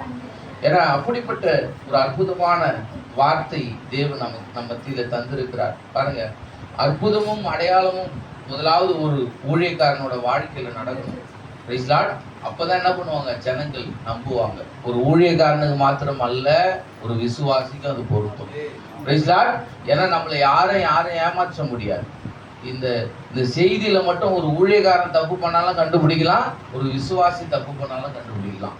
ஏன்னா ஆவியை பகுத்தறியக்கூடிய வரத்தை தேவன் நமக்கு தந்திருக்கிறார். Praise Lord. அதனால இது ஏமாற்றுகிற ஒரு சபை அல்ல. அதனால தேவன் எல்லாவற்றையும் என்ன பண்ணியிருக்கிறார்? நமக்கு திறந்து அதினதின் காலத்திலே அதினதின் தேவையை நமக்கு அருமையாய் கூட அவர் சந்தித்துக் கொண்டிருக்கிறார். நிச்சயமாகவே நல்ல மேய்ப்பன் யார் என்பதை நாம் அடையாளம் கண்டுகொண்டோம். நல்ல மேய்ப்பன் கர்த்தராகிய இயேசு கிறிஸ்துவே. Price Lord. அவர் இன்னைக்கு சபை ஸ்தாபனங்கள்லாம் பண்ணிடுச்சு, கூறு போட்டுச்சு, பிதா குமாரன் பரிசுத்தாவி அப்படின்னு. அந்த பிதா குமாரன் பரிசுத்தாவி யார் என்பது அடையாளம் கண்டு கொண்டா தான் நல்ல மேய்ப்பன் யார் என்று தெரியும்.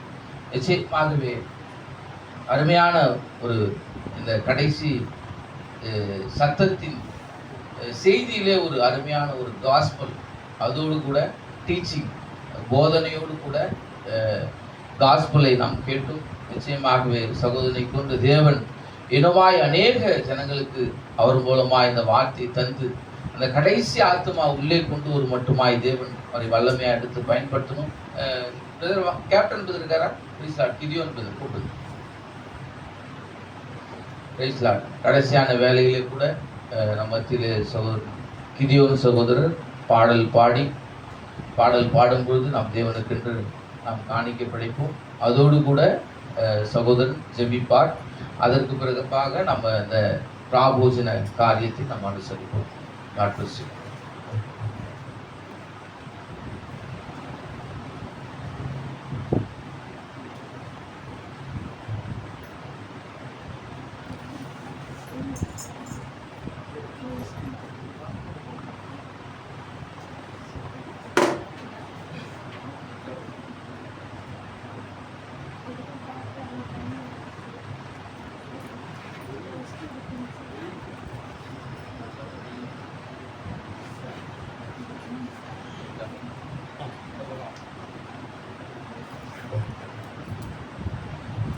Praise Lord. அல்லேலூயா.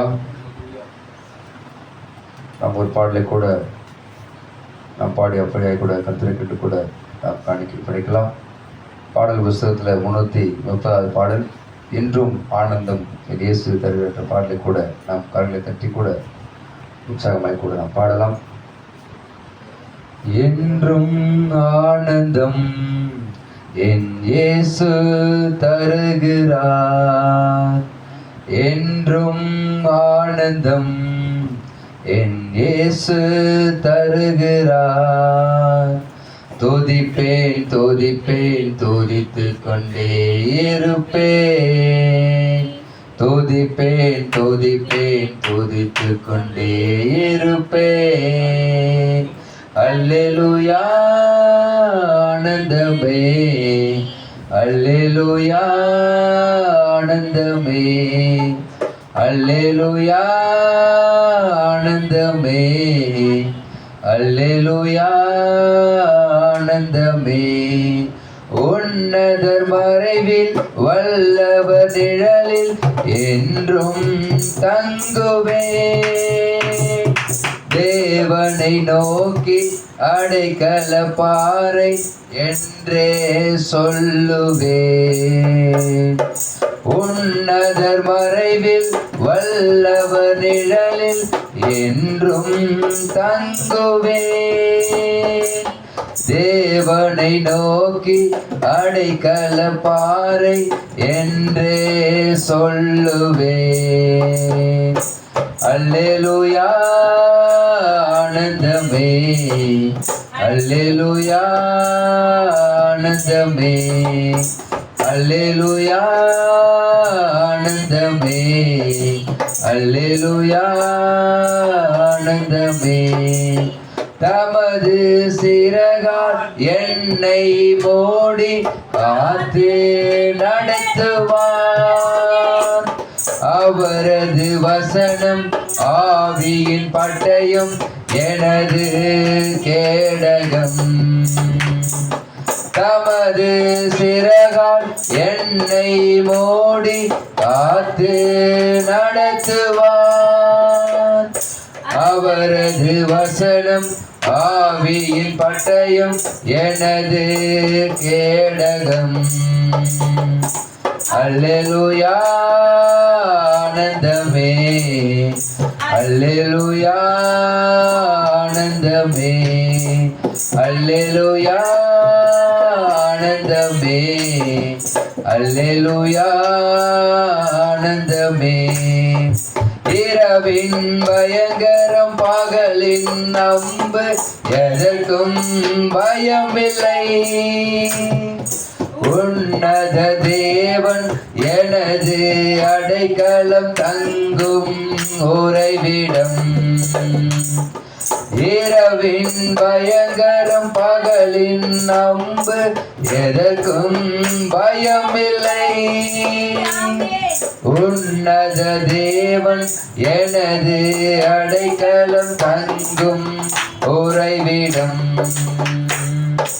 அல்லேலூயா ஆனந்தமே, அல்லேலூயா ஆனந்தமே, அல்லேலூயா ஆனந்தமே, அல்லேலூயா ஆனந்தமே.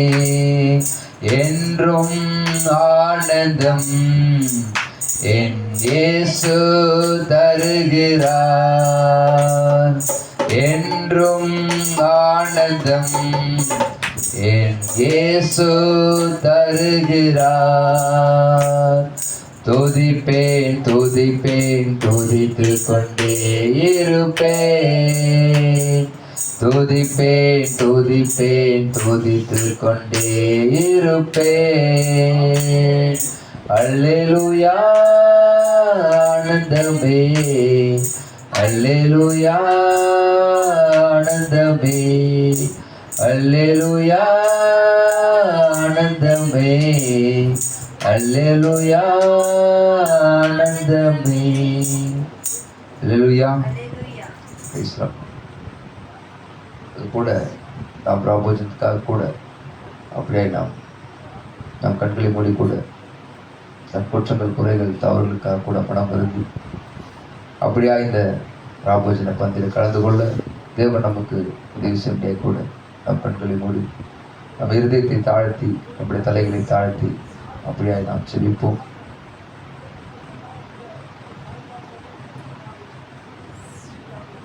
ஸ்தோத்திரம் ஆண்டவரே, ஸ்தோத்திரிப்பு தகப்பனே, மகா இரக்கமும் கிருபையும் நல்ல ஆண்டவரே. இதோ தேவனே, இந்த ஆஸ்வதிக்கப்பட்ட இந்த ஆண்டவரை உயிர்த்த இந்த நாளிலும் அருமையான 2 ஆராதனைகளில் கலந்து கொள்ளும்படியாய் கர்த்தர் பாராட்ட கிருபைக்காய் நன்றி செலுத்துகிறோம். அப்படியாய் கூட இந்த ராபோஜன பந்தியில் இதோ நாங்கள் சகோதர சகோதரிகளாய் தேவனே உடைய சமூகத்தில் நாங்கள் காத்திருக்கிறோம். நிச்சயமாகவே உடைய வார்த்தை சொல்லுவது போல ஆண்டவரே, நாங்கள் ஒருவருக்காக ஒருவர் காத்திருக்க வேண்டும் என்று சொன்ன வார்த்தையின் பிரகாரம் எங்கள் குற்றங்கள், எங்கள் குறைகள், எங்கள் தவறுகள், எங்கள் மீறுதல்கள், எங்களுடைய அக்கிரமங்கள், எங்களுடைய அவிசுவாசங்கள், எங்களுடைய சொந்த பாவங்கள் எல்லாவற்றையும் தேவன் தாமே ஒரு விசையாய் மன்னிக்க வேண்டுமாய் கூட ஒரு இரத்தத்தின் கீழாக எங்களை வைக்கிறோம் ஆண்டவர். தேவனே, இதோ எங்களை தகுதிப்படுத்துங்க, எங்களை பரிசுத்தப்படுத்துங்க. நாங்கள் தேவ பயத்தோடும் ஆண்டவரே விசுவாசத்தோடும் தேவனே, இதோ நாங்கள் இந்த ராபோஜன பந்தியிலும் இந்த கால்களை கழுவுகிற இந்த காரியத்திலும் எங்களை தாழ்மையுள்ள ஜனங்களாய் ஆண்டவரே நாங்கள் காண்பிக்க எங்களுக்கு உதவி செய்யுங்கப்பா.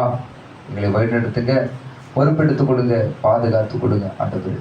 நன்றி தேவனே, நன்றி ஆண்டவரே. எல்லாவற்றும் கரத்தில் ஒப்புக் கொடுக்கிறோம் ஆண்டவரே. Price the Lord.